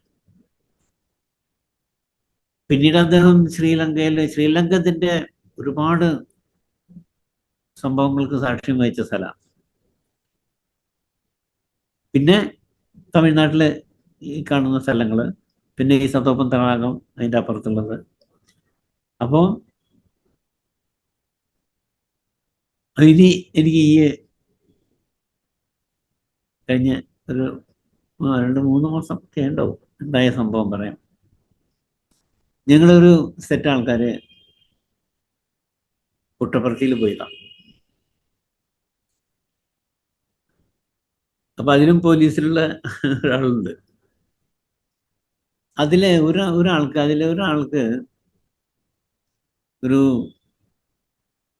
10-60 കൊല്ലം മുമ്പ് അവരുടെ ഫാദറോ ആരോ വാങ്ങിച്ചിട്ട ഒരു അക്കോമഡേഷൻ ഉണ്ട്. അത് ഈ പ്രശാന്തി ഭവനത്തിന്റെ നേരെ ഓപ്പോസിറ്റ് ഒരുപാട് കടകളുള്ള ഏരിയ ആണ്. അതിലൊക്കെ ഗല്ലികളുണ്ട്. അതിലൊരു ഗല്ലി കൂടെ പോയി കഴിഞ്ഞാൽ അവിടെ ദത്താത്രേയ മഹർഷിയുടെ പ്രതിഷ്ഠ കാണാം. അതിനമ്പലമുണ്ട്.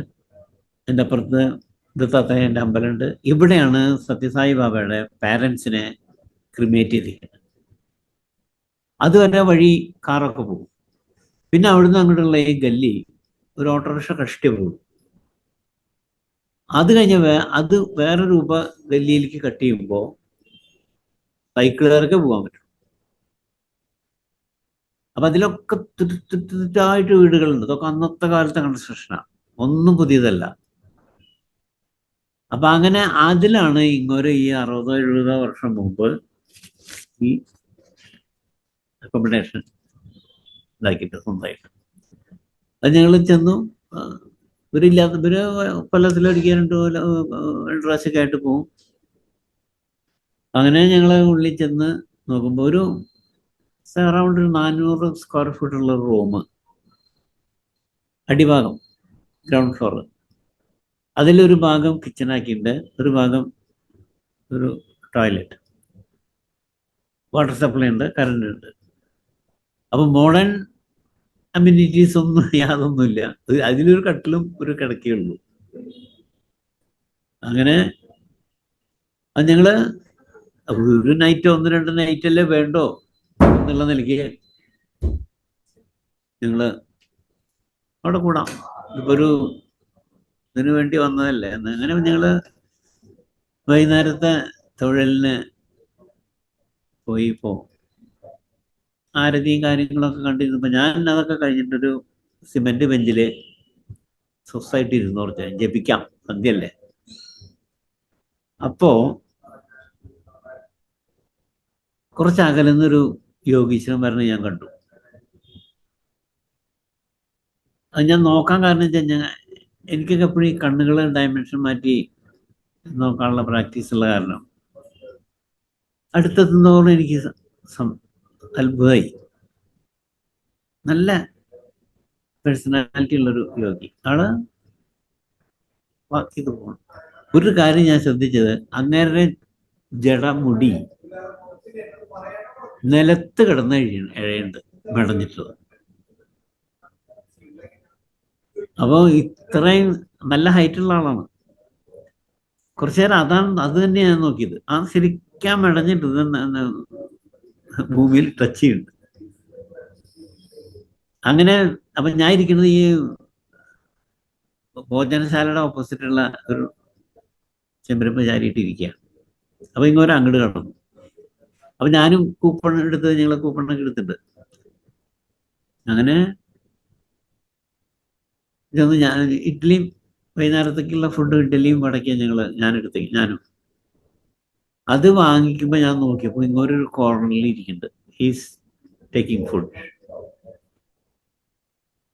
അങ്ങനെ ഞാനിത് കൈ വെച്ച് ചെന്ന് അങ്ങേരെ കടന്നു പോകണം എനിക്കിരിക്കണം അപ്പുറത്തെ ബെഞ്ചിലേക്ക്. ഒരേ സമയത്ത് ഞങ്ങൾ അങ്ങോട്ടും ഇങ്ങോട്ടും നോക്കി, ഒന്ന് പുഞ്ചിരിച്ചാണ്. അപ്പൊ ഞാൻ വിചാരിച്ചു ഭക്ഷണം കഴിഞ്ഞ് കൈയൊക്കെ കഴുകിയിട്ട് ഇങ്ങനെ കാണാം എന്ന് വിചാരിച്ച്. അങ്ങനെ പക്ഷെ ഞാൻ കൈ കഴുകി വന്ന് നോക്കുമ്പോൾ നല്ല തിരക്കുണ്ട്. ഇതിൻ്റെ ഇടയിൽ കൂടെ എവിടെയോ മറഞ്ഞു പോയ ആള്. I didn't get A chance. വല്ലാത്തൊരു നിരാശ തോന്നി എനിക്ക്. കാരണം അങ്ങനെ ഒന്ന് ഇന്റർവ്യൂ ചെയ്യേണ്ടതായിരുന്നു. തന്നില്ല, ഒന്നുമില്ലാതെ അങ്ങനെ എന്നെ മൈൻഡ് ചെയ്തല്ലോ. എനിവേ, അത് കഴിഞ്ഞ് അന്ന് വൈകുന്നേരം ഭക്ഷണമൊക്കെ കഴിച്ചിട്ട് ഞങ്ങൾ ഈ ശാന്തി മന്ദിരത്തിൽ നിന്ന് ഭക്ഷണമൊക്കെ കഴിഞ്ഞ് തിരിച്ച് വന്ന് കുറേ നേരം ഈ റൂമിൽ വർത്താനൊക്കെ പറഞ്ഞ് എന്തോ തണ്ണിമത്തനൊക്കെ മേടിച്ച് അതൊക്കെ കഴിച്ച് ഓരോരുത്തർ കിടന്നു.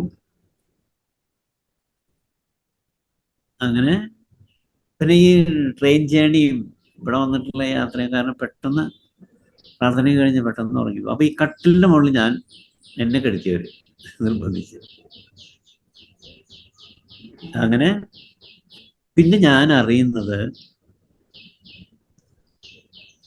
അവരൊക്കെ പറയുന്നു, അവര് 4 പേരും പറയുന്നു അലറി വിളിച്ച് കൈകൂപ്പിയിട്ടാണ് ഞാൻ എഴുന്നേറ്റ് നിൽക്കുന്നതെന്ന്. പക്ഷെ ഞാൻ എന്താ കണ്ടെച്ചാൽ ഈ റൂമും ഇതിലൊരു വസ്തു എന്താ വെച്ചാൽ ഈ റൂം മുഴുവനും ഇല്യൂമിനേറ്റ് ചെയ്ത മാതിരിയുള്ള പ്രകാശമാണ് ഞാനും ഇവരൊക്കെ കാണുന്നത്. അത് ഞാനാണ് അല്ലറി വിളിച്ചെഴുന്നേറ്റത്. അത് ഈ അപൂർവമായ പ്രകാശത്തിന്റെ ഇത് കണ്ട്. അത് ശരിക്കും ഫിഗർ ബാബാജി നാഗരാജാണ്.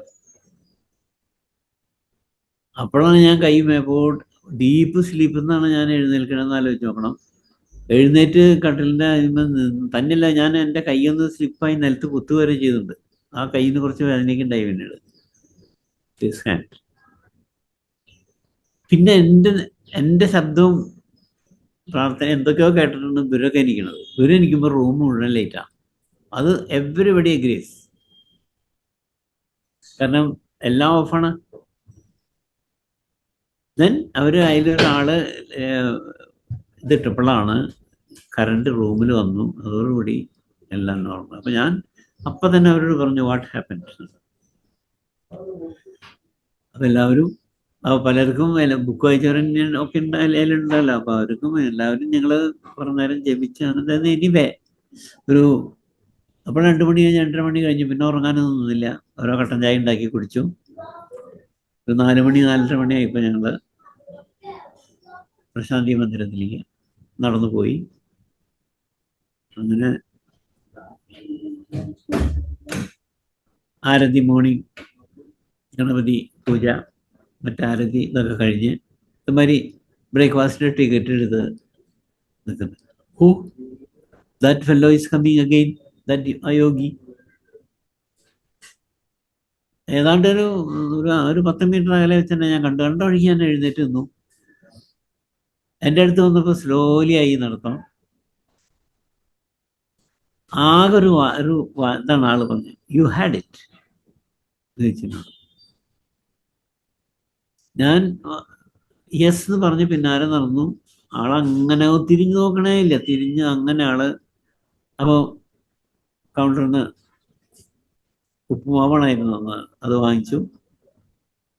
അപ്പം ഞാൻ എന്ത് ധരിച്ചാൽ ഇനി ഇതിൽ 2 വാതിലേ ഉള്ളൂ, ഒന്ന് കടക്കാനും ഒന്ന് എക്സിറ്റിനും. ഈ എക്സിറ്റിൻ്റെ അവിടെ നിന്നു ഞാൻ. എന്നിട്ട് ഒരു നെവർ ഹി കേം. എൻ്റെ കൂടെയുള്ളവർ ആ നേരത്ത് പ്രാർത്ഥനയൊക്കെ കഴിഞ്ഞ് വന്ന് ഫുഡ് കഴിക്കാൻ ഉള്ളിൽ കയറി. അപ്പോൾ ഞാൻ കയറിയില്ല, കാരണം ഞാൻ എക്സിറ്റിൽ തന്നെ നിന്നു. അതിൻ്റെ ഉള്ളിലേക്കൊക്കെ നോക്കുന്നുണ്ട് ഞാൻ. അവസാനം എക്സിറ്റിൽ കൂടെ ഉള്ളിലേക്ക് കടന്ന് ഒരു 10-200 പേർക്ക് ഡൈൻ ചെയ്യാം, അതിൻ്റെ തന്നെ ഹാളാണ്. ഞാൻ ഇവരോട് പറയും ചെയ്തു. അപ്പം എനിക്ക് എന്താ വെച്ചാൽ ഇവരെ ഒന്ന് കാണണം. യു ഹാഡ് ഇറ്റ്, ഇത്രയും എന്നോട് പറഞ്ഞുള്ളൂ.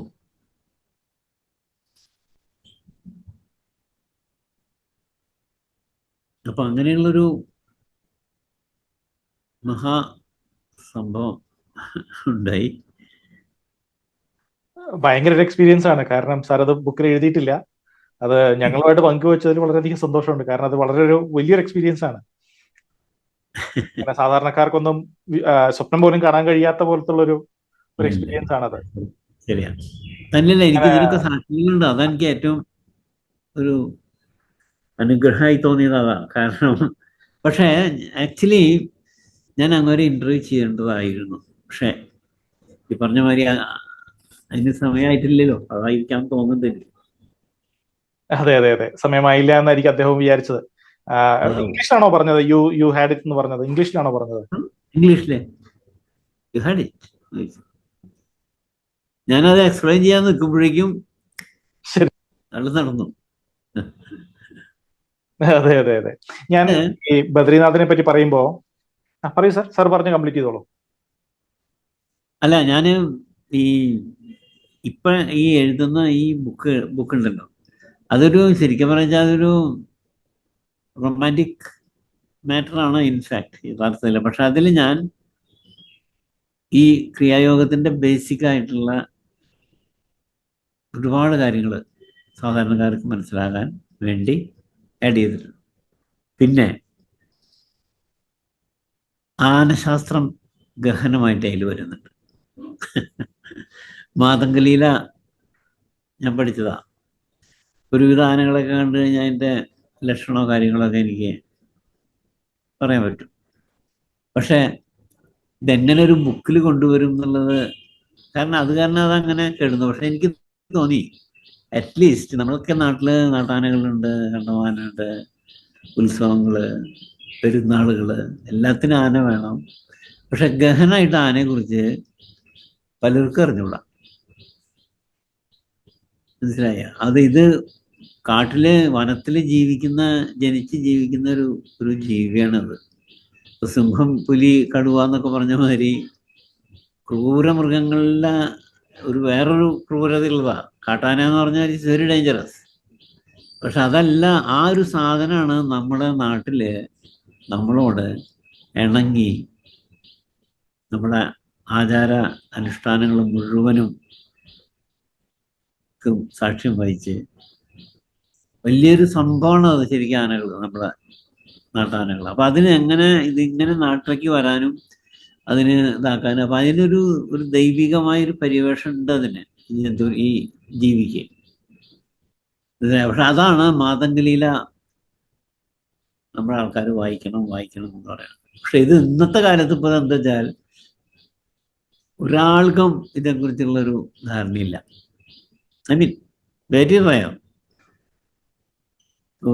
ചില ബഹുമാനപ്പെട്ട ഹൈക്കോടതികളൊക്കെ ചില തീരുമാനങ്ങൾ കൊണ്ടുവരുമ്പോൾ ഇപ്പൊ ലേറ്റസ്റ്റ് ആയിട്ട് കണ്ടു 10 മീറ്റർ അത്രേ അങ്ങനെയൊക്കെ നിർത്തണം. നോ, അതല്ല അതിൻ്റെ ശരി. കാരണം ആ കൂട്ടായ്മയിലാണ് ഈ ജീവികള് ഈ ആഘോഷങ്ങൾക്ക് നിന്ന് തരുന്നത്. മനസ്സിലായ? അപ്പൊ ഒരാന അപ്പൊ ഈ 10 മീറ്ററൊക്കെ നിന്ന് കഴിഞ്ഞാൽ ഈ കൂട്ടായ്മ പോയി. മറ്റത് ഒരാന എപ്പോഴും കെയർഫുൾ ആവും രണ്ട് ഭാഗത്തേക്ക്, ലെഫ്റ്റും റൈറ്റും. എന്തിനാ വെച്ചറിയാം, ഇതിൽ ഗണവ്യത്യാസമുണ്ട്. പച്ചഭാഷയിൽ പറഞ്ഞാൽ ബ്രാഹ്മണൻ, ക്ഷത്രിയൻ, ശൂദ്രൻ, വൈശ്യൻ വരെ ആനകളുണ്ട്. പിന്നെ വേറെയും ക്ലാസിഫിക്കേഷൻ ഉണ്ട്. അപ്പൊ ഇത് ഒരു ഗണത്തിനോട് ഇണങ്ങില്ല. അതുകൊണ്ടാണ് ഒരു വാച്ച് ചെയ്യുന്നത്. പിന്നെ എഴുന്നള്ളിച്ച് നിർത്തുമ്പോൾ ആനയുടെ ബലം ഈ പാപ്പാൻ തന്നെയാണ്. ഈ പാപ്പാൻ തൊട്ടടുത്തുണ്ടെങ്കിൽ ഒരു പ്രൊട്ടക്ഷൻ ബോധം ഉണ്ടാനിക്ക്. പക്ഷേ 40, 45, 50 എത്രയോ ഇപ്പോൾ തൃശ്ശൂർ പൂരം, ആറാട്ടുപുഴ പൂരം അങ്ങനെയുള്ള കൂട്ടായ്മ ഉള്ള കൂട്ടെഴുന്നള്ളിപ്പുള്ള സ്ഥലങ്ങളിൽ നിൽക്കുമ്പോൾ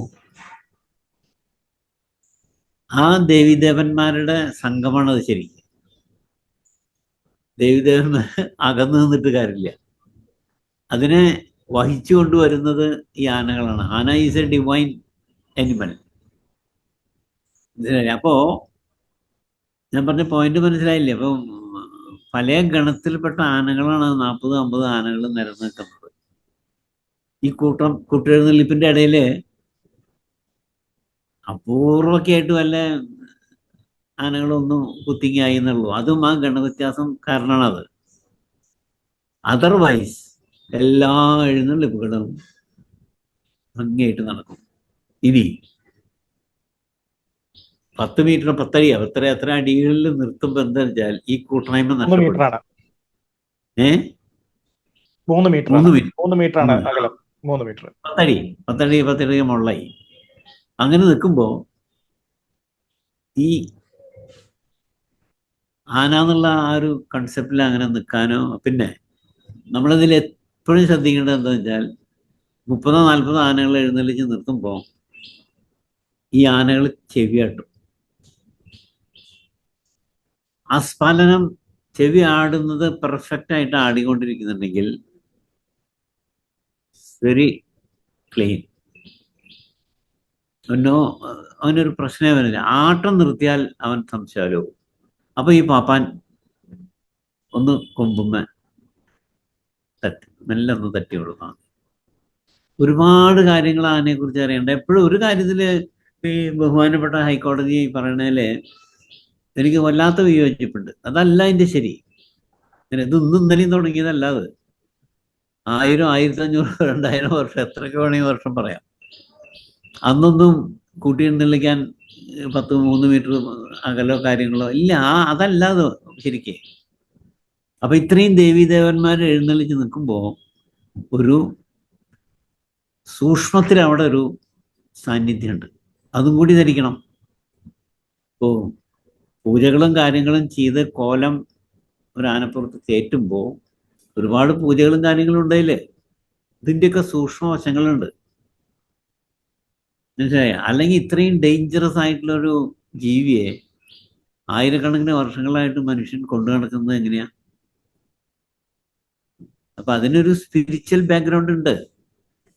പക്ഷെ 3 മീറ്ററിൽ ആന എഴുന്നള്ളിച്ച് നിർത്തി, ഇതൊക്കെ നമ്മുടെ സംസ്കാരം തന്നെ ഡിറ്റീരിയോറേറ്റിംഗ് ആവും. മനസ്സിലായില്ലേ? അപ്പൊ അത് ബന്ധപ്പെട്ട അധികാരികൾക്ക് അതേക്കുറിച്ചുള്ള ഒരു അറിവില്ലാത്ത കാരണമാവാം എന്ന് തോന്നുന്നു എനിക്ക്. അപ്പം അതുകൊണ്ട് ഞാൻ ആനശാസ്ത്രം ഇപ്പോഴത്തെ ഈ നോവലിൽ ആഡ് ചെയ്തിട്ടുണ്ട്. ഒരു 10-30ഓളം പേജ് വരുന്നത് തന്നെയാണ് മാതങ്കലിയിലേന്ന് കോട്ട് ചെയ്തിട്ട് തന്നെ എഴുതിയിരിക്കുന്നത്. അപ്പം അറിയാം എങ്ങനെയാണ് മനുഷ്യനും ആനയും തമ്മിൽ ഇണങ്ങണേ, എന്താണ് അതിന്റെ ബാക്ക്ഗ്രൗണ്ട്. അത് വായനക്കാർക്ക് ഒരുപാട് വിജ്ഞാനം പകരുന്നതായിരിക്കും. കാരണം മാതംഗലിയിലേന്ന് ആൾക്കാർ വാങ്ങി വായിച്ച് അങ്ങനെയൊന്നും അല്ല, സാധിക്കില്ല. അത് ഇന്നത്തെ കാലത്ത് എളുപ്പമില്ല. നന്നായി. കാരണം ഒന്നാമത് അത് കടുകട്ടിയുള്ള സംസ്കൃതം എന്താണ്, നമുക്കതിന് സാധാരണക്കാരെ പറഞ്ഞിട്ട് കാര്യമില്ല. അപ്പൊ ആരെങ്കിലും ഒന്ന് എഴുതി ഇതൊന്ന് കൊണ്ടുവരണല്ലോ. അപ്പൊ ഞാൻ ഇതിലത്തെ ക്യാരക്ടർ ഒരു ആന കമ്പുള്ള ഒരാളാണ്. അപ്പൊ അങ്ങനെ അതേക്കുറിച്ച് അങ്ങനെ ആക്കിയിട്ട് അതാണ് ഇതിൽ കൊണ്ടുവന്നത്. കൊണ്ടുവരുമ്പോ അങ്ങനെ സമന്വയിപ്പിച്ച് കൊണ്ടുവരണല്ലോ ശരിക്കും. തീർച്ചയായിട്ടും. അപ്പൊ എന്തായാലും എനിക്ക് തോന്നുന്നത് നമ്മുടെ ബുക്ക് വരുന്ന സമയത്ത് അത് ഒരുപാട് ആൾക്കാർക്ക് അത് ഒരുപാട് വിജ്ഞാനം പകരും. തീർച്ചയായിട്ടും. പിന്നെ തന്നെയല്ല, അതിൽ ഈ ക്രിയായോഗത്തിന്റെ ബേസിക് ആയിട്ടുള്ള ചാപ്റ്ററുകളുടെ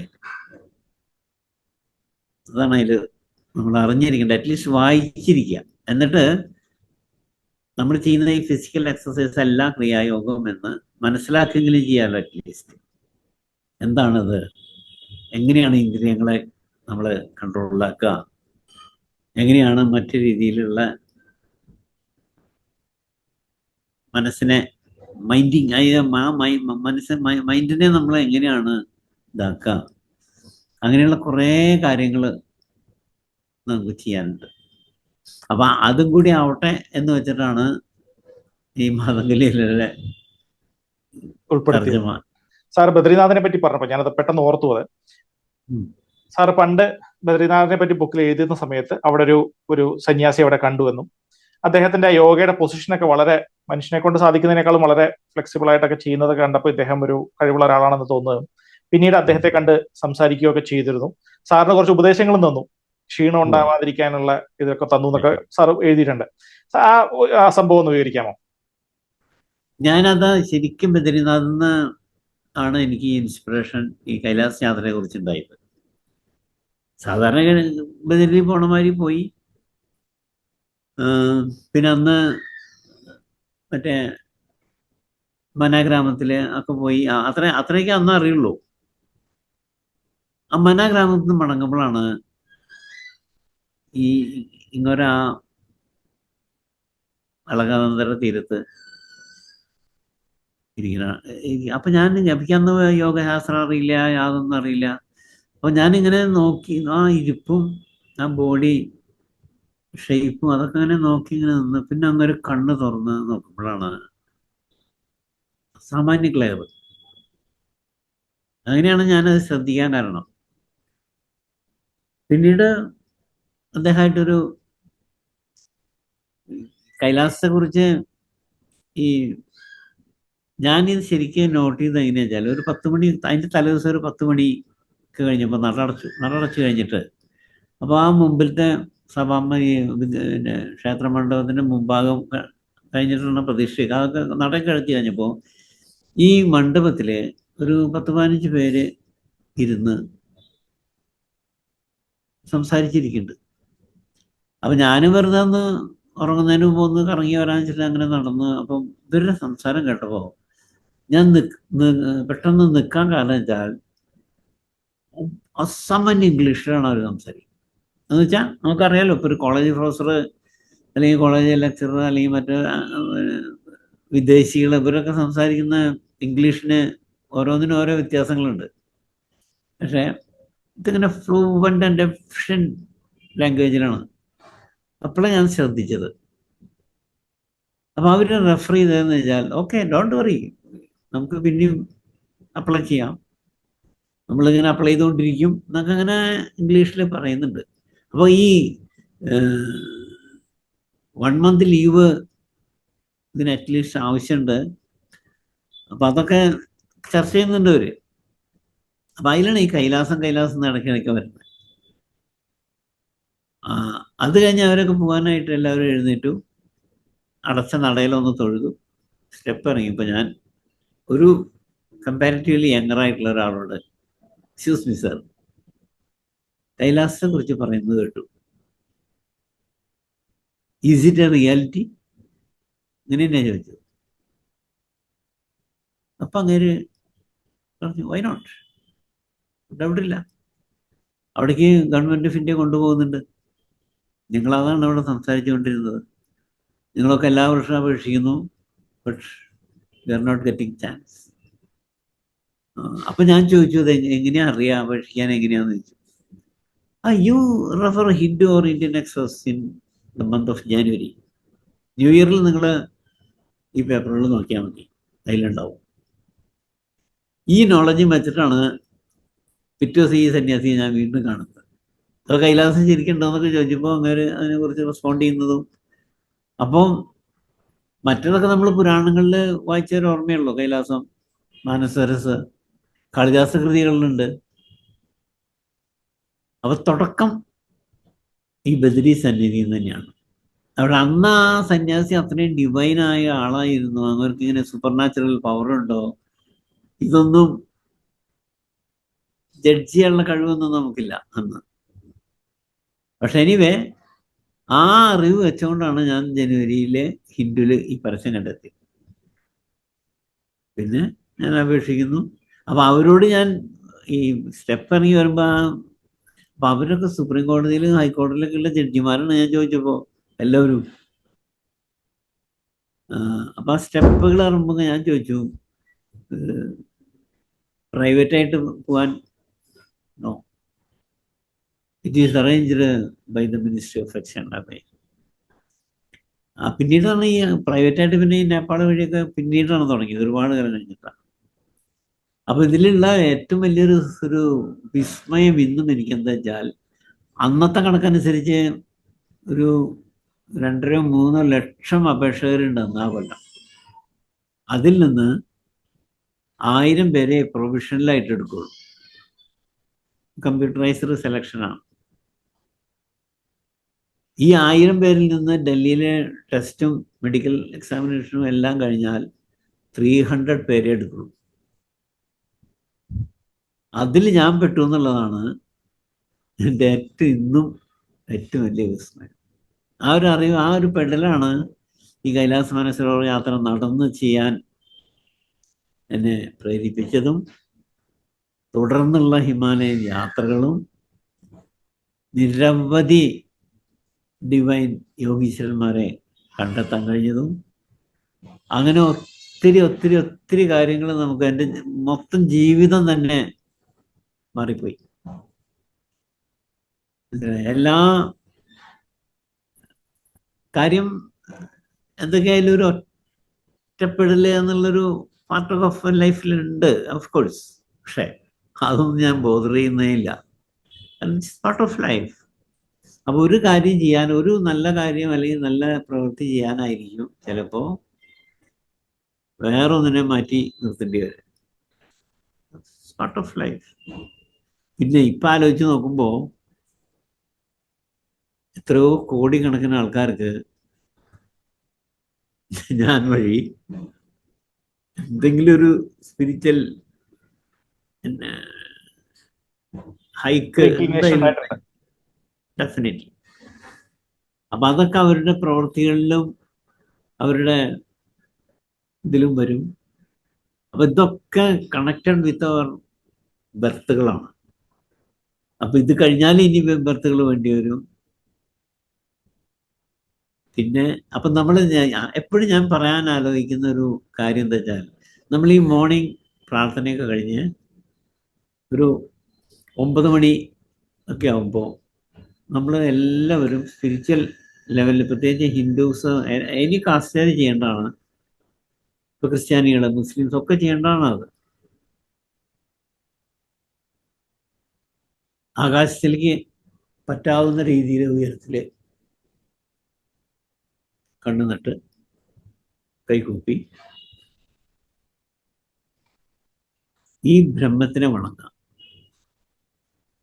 അപ്പൊ ഇങ്ങനെ മനസ്സിൽ ചിന്തിക്കുക, കോടാനുകോടി കോടി കോടി കോടി കോടി ട്രില്യൺ കിലോമീറ്റർ അകലെ അനന്തമായ രീതിയിൽ കിടക്കുന്ന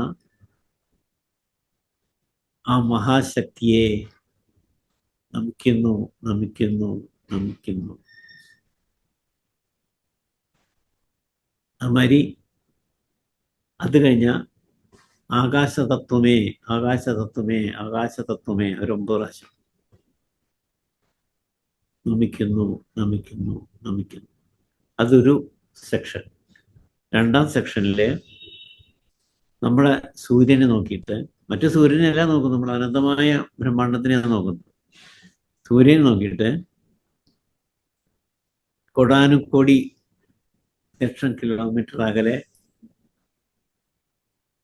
നിന്ന് ഈ മഹത്തായ ഭൂമി എന്ന ഗോളത്തിന് പ്രകാശവും ഇതിലെ മനുഷ്യ ജന്തു ജീവജാലങ്ങൾക്കുള്ള അധിവസിക്കാനുള്ള ശക്തിയൊക്കെ തരുന്ന ആ മഹാശക്തിയെ നമിക്കുന്നു, നമിക്കുന്നു, നമിക്കുന്നു. അപ്പൊ ഈ നെറ്റിയിലെ ബ്രഹ്മജത്തിൽ കൈവച്ച് നമിക്കുന്നു, നമിക്കുന്നു, നമിക്കുന്നു പറയും. അത് കഴിഞ്ഞാൽ അമ്മേ, സൂര്യനെ നോക്കിയിട്ട് തന്നെ അമ്മേ ഗായത്രി ദേവി, ഗായത്രി ദേവി, ഗായത്രി 9 പ്രാവശ്യം അതും ഇവിടെ വെച്ച് നമിക്കുക. ഈ ഒരു 3 സെക്ഷൻ ഓഫ് പ്രാർത്ഥന ചെയ്താൽ ഇതിലൊരു കാര്യം ചിലപ്പോൾ അടയാളന്മാരി നിങ്ങൾക്ക് കിട്ടാം. ഈ സമയത്ത് ശൂന്യാകാശത്ത് പറവകളോ എന്തെങ്കിലും ലൈവായിട്ടുള്ള ജീവികൾ പറന്നു നടക്കണതാണ് ചിലപ്പോൾ, മിക്കവാറും കാണാം. അപ്പൊ ഇത് കാലത്ത് മനോന്റെ പ്രാർത്ഥനയെ വിളക്ക് കൊളുത്തിയെങ്കിലും എന്തൊക്കെ കഴിഞ്ഞ് പുറത്തിറങ്ങുമ്പോൾ അല്ലെങ്കിൽ വീടിൻ്റെ ഉള്ളിൽ നിന്നിട്ട് ആകാശത്തേക്ക് നോക്കിയിട്ട് നമ്മളുടെ അതായത് ഇനിയും എത്രയോ എത്രയോ ജന്മങ്ങൾ വരാൻ പോകുന്നു, ഇതൊക്കെ നല്ലതിനാവണേ എന്നുള്ളൊരു പ്രാർത്ഥനയും കൂടി ഇതിലുണ്ട്. അപ്പൊ ഇതില് സൂക്ഷ്മത്തില് ഈ പ്രാർത്ഥന ഈ കോടാനുകോടി ലക്ഷം കിലോമീറ്റർ അകലേക്ക് എത്തുന്നാണ് ആചാര്യന്മാർ പറയുന്നത്. അപ്പൊ അങ്ങനെ ഒരു പ്രാർത്ഥന വലിയൊരു ഉപദേശമാണ് എല്ലാവർക്കും ഇപ്പൊ സാറ് നൽകിയത്. അത് കേൾക്കുന്നവർക്കും ഒക്കെ ഉപകാരപ്പെടട്ടെ. എല്ലാവരും നല്ല പ്രാർത്ഥന ചെയ്യാനായിട്ട് തുടങ്ങട്ടെ. അവർക്കും നല്ല അനുഭവങ്ങൾ ഉണ്ടാവട്ടെ. ഇങ്ങനെ പറഞ്ഞാൽ മതി. കോടാനുകോടി ട്രില്യൺ കിലോമീറ്റർ അകലെ കിടക്കുന്ന ഈ മഹത്തായ അനന്തമായ ഈ ജഗത്തിന്റെ അധിപനായി വാണരുന്ന ആ മഹാശക്തിയെ നമിക്കുന്നു, നമിക്കുന്നു, നമിക്കുന്നു. ഒരു മധ്യത്തിൽ തുടങ്ങും. ആ കമ്മ്യൂണിക്കേഷൻ എവിടെയാണ് വരുന്നത്? ഒരു ആകാശശക്തിയെ നമിക്കുക. അപ്പൊ ഈ പറവകളോ കിളികളോ എന്തെങ്കിലുമൊക്കെ ഇതിൻ്റെ ഇടയിൽ ഒരു അടയാളം മാതിരി ഉണ്ടാക്കാം. ഒരു 90% ദിവസം എനിക്കുണ്ടാവും എന്തെങ്കിലും ഒരു ലൈവ് സാധനം. ആ നേരത്തെ തന്നെ അത് പറന്നു പോകണം, നമ്മളത് നോക്കിയിട്ടല്ലല്ലോ ചെയ്യുന്നത്. പിന്നെ ഇത്രയും ബൃഹത്തായി കിടക്കുന്ന ഇപ്പൊ നമ്മുടെ വീടിന്റെ ചുറ്റുള്ള ആകാശം തന്നെ നോക്കുമ്പോൾ അനന്താണ്. അപ്പൊ അതിൻ്റെ ഇടയിൽ നമുക്ക് വിസിബിൾ ആവുന്ന രീതിയിൽ വരുമ്പോൾ എന്താന്ന് വെച്ചാൽ ആചാര്യന്മാർ പറയുന്നത് സൂക്ഷ്മത്തില് ആ കമ്മ്യൂണിക്കേഷൻ നടന്നതാണ്. ഒരു കാക്കയോ ഒരു പരുന്തോ ഒരു കൊച്ചുകിളിയോ ഇവൻ ഒരു തുമ്പി വരെ ഈ പ്രാർത്ഥനയുടെ ഇടയിൽ കവർ ചെയ്താൽ അത് സൂക്ഷ്മത്തിൽ അത് അക്സെപ്റ്റഡ് ആയി എന്നാണ്. തീർച്ചയായിട്ടും നമ്മള് ഇനി ഒരു 15 മിനിറ്റ് കൂടി ഉണ്ട്. ഒരു ചോദിക്കാം. അതെ. സാർ അതേപോലെ കാറിൽ എഴുതിയത് വെച്ചിട്ട് കാറിൽ സഞ്ചരിക്കുമ്പോഴാണ് തോന്നുന്നു ഒരു സന്യാസി വരനെ അല്ലെങ്കിൽ ഒരു യോഗീശ്വരനെ വഴിയിൽ കാണുകയും സാർ ഇറങ്ങി സംസാരിക്കുകയും ചെയ്തു. അദ്ദേഹം കയ്യിൽ നിന്ന് വെള്ളം ഗംഗാജലം ഇതേപോലെ ആ നിന്ന നിൽപ്പിൽ വരുത്തി എന്നൊക്കെ സാർ ആ ബുക്കിൽ എഴുതിയിട്ടുണ്ട്. അതെ, അത് ഞങ്ങള് ഹാർട്ട് ടെമ്പിളിലേക്ക് പോകുമ്പോഴാണ് അത്. അപ്പൊ അന്ന് ഞങ്ങളുടെ സ്ഥിരം സെറ്റ് തന്നെയാണ് ഉള്ളത്. ഞാനുണ്ട്, ഭൂപീന്ദ്രനുണ്ട്, രൂപ് സിംഗ് ഉണ്ട്, വേറൊരു ഹെൽപ്പറുണ്ട്. അപ്പൊ ഹാർട്ട് കോട്ടിലേക്ക് നടക്കണം, ഒരുപാട് നടക്കാനുണ്ട്. മോട്ടോറബിൾ റോഡ് കഴിഞ്ഞിട്ട് പിന്നെയും നടക്കാൻ ഒരുപാടുണ്ട്. അപ്പൊ ഞങ്ങള് റിലാക്സ് ചെയ്ത് ഇങ്ങനെ നടന്നുകൊണ്ടിരിക്കുകയാണ്. അപ്പൊ ദൂരെ നിന്ന് ഒരു സന്യാസി ജടയൊക്കെ കെട്ടി വെച്ച് വരുന്നുണ്ട്. അപ്പൊ ഞാൻ ഇവരോട് പറഞ്ഞു, യോഗീശ്വരൻ വരുന്നുണ്ട്, നോക്കാം നമുക്ക്. ഇങ്ങനെയുണ്ട്. അങ്ങനെ അടുത്തെത്തും തോറും അങ്ങ് ഒരു സ്ലോ ആയി. But surprisingly he came to me. റോഡിന്റെ മറ്റേ സൈഡിലാണ്, ഞങ്ങൾ ലെഫ്റ്റിലായിരുന്നു, ഒരു റൈറ്റിലാണ്. അതും കൂടെ ക്രോസ് ചെയ്തു. റോഡെന്ന് പറഞ്ഞാൽ ഒരു മഡ് റോഡ്, മോട്ടറബിൾ റോഡൊന്നും, മോട്ടറബിൾ റോഡാണ്, പക്ഷെ വെരി ഇതായിട്ടുള്ള റോഡാണ്.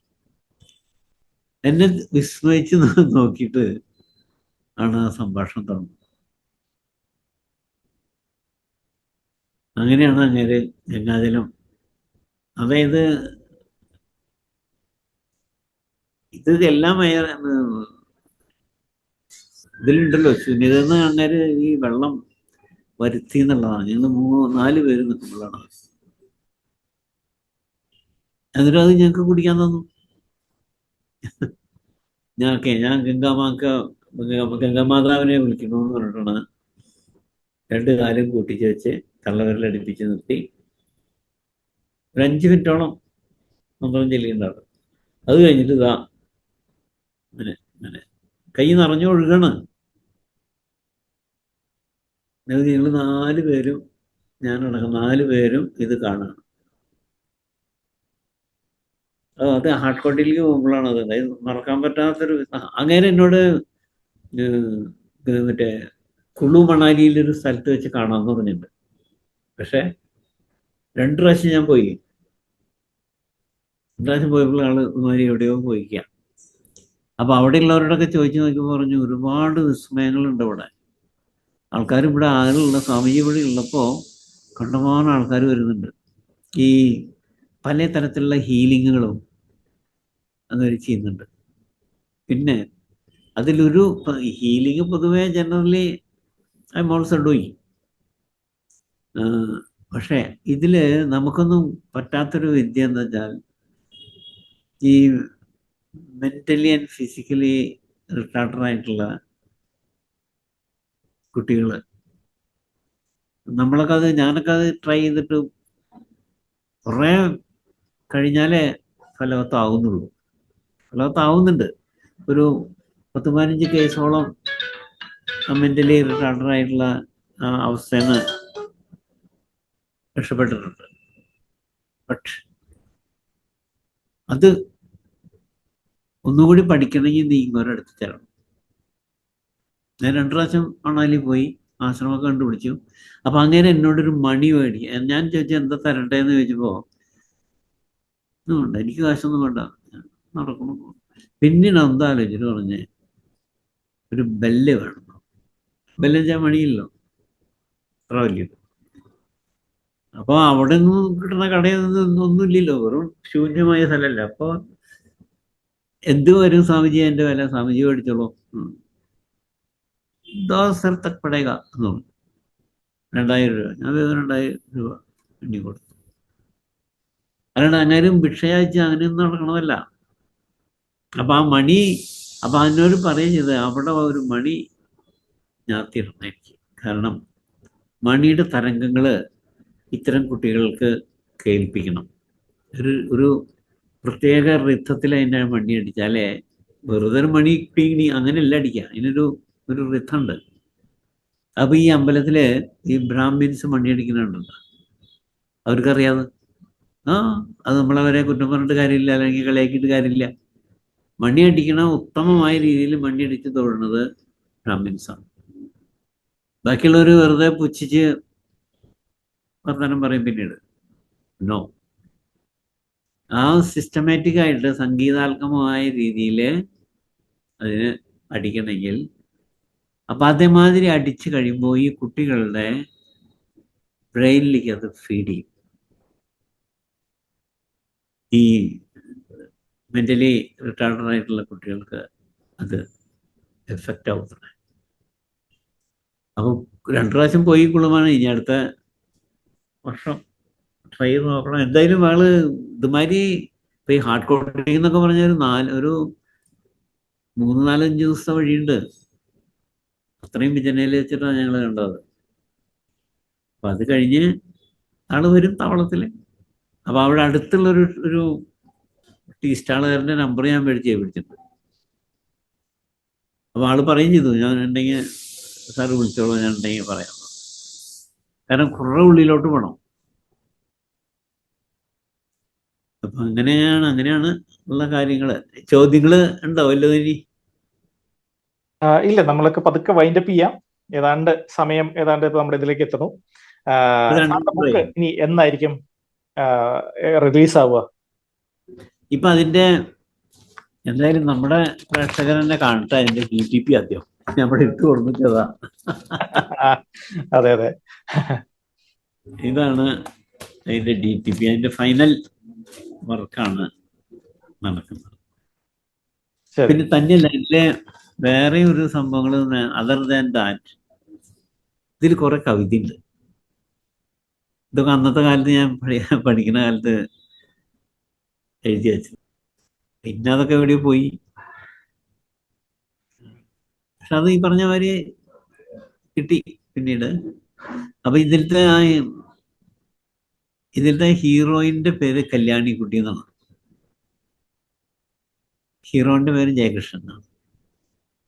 ഇതാണ് ഇതിന്റെ പില്ലർ ക്യാരക്ടേഴ്സ്.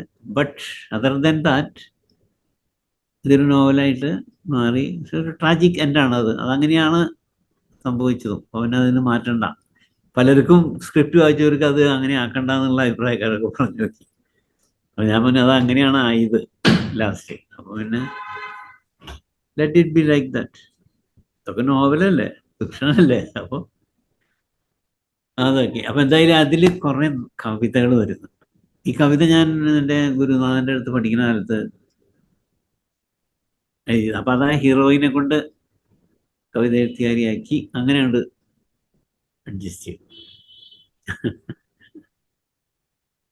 സാർ ഇപ്പൊ ഒരു ഡേറ്റ് ആയിട്ടുണ്ടോ? റിലീസിന് പബ്ലിഷ് ചെയ്യുന്ന ഒരു ഡേറ്റ് ആയിട്ടുണ്ടോ? ഈ ഫൈനൽ DTP അടുത്ത ആഴ്ച കൊടുക്കും. അപ്പൊ ഇതിനൊരു അവതാരിക എഴുതി തരാൻ ഞാനത് വർക്ക് തുടങ്ങിയ കാലത്ത് MT വാസുദേവൻ നായർ കുഴപ്പമില്ലാത്തതാണ്. അപ്പോൾ ഈ നമ്മുടെ കറണ്ട് ബുക്സിന്റെ മാനേജിങ് ഡയറക്ടർ പെപ്പിൻ തോമസിന്റെ ഏറ്റവും ക്ലോസ് ആൻഡ് ക്ലോസസ്റ്റ് ഫ്രണ്ടാണ് MT വാസുദേവൻ നായർ. കറണ്ടിന്റെ എല്ലാ ബുക്സും ഇവരാണ്, MTയുടെ. പിന്നെ അങ്ങേരുടെ പ്രൈവറ്റ് കാര്യങ്ങൾ, ബിസിനസ് ഒക്കെ നോക്കുന്നത് ഇങ്ങനെയാണ്. അപ്പൊ അത് അങ്ങനെയാണ് ഈ ആദികൈലാസ യാത്രയിലെ MT വാസുദേവൻ നായരാണ് അവതാരിക എഴുതിയത്. അപ്പൊ അതേമാതിരി ഇത് ചെയ്യാമെന്ന് ചില ഒരു സൂചന അന്ന് ഇതിന്റെ മാനേജിങ് ഡയറക്ടർ പറഞ്ഞപ്പോ വരട്ടെ എന്ന് പറഞ്ഞു അത്ര.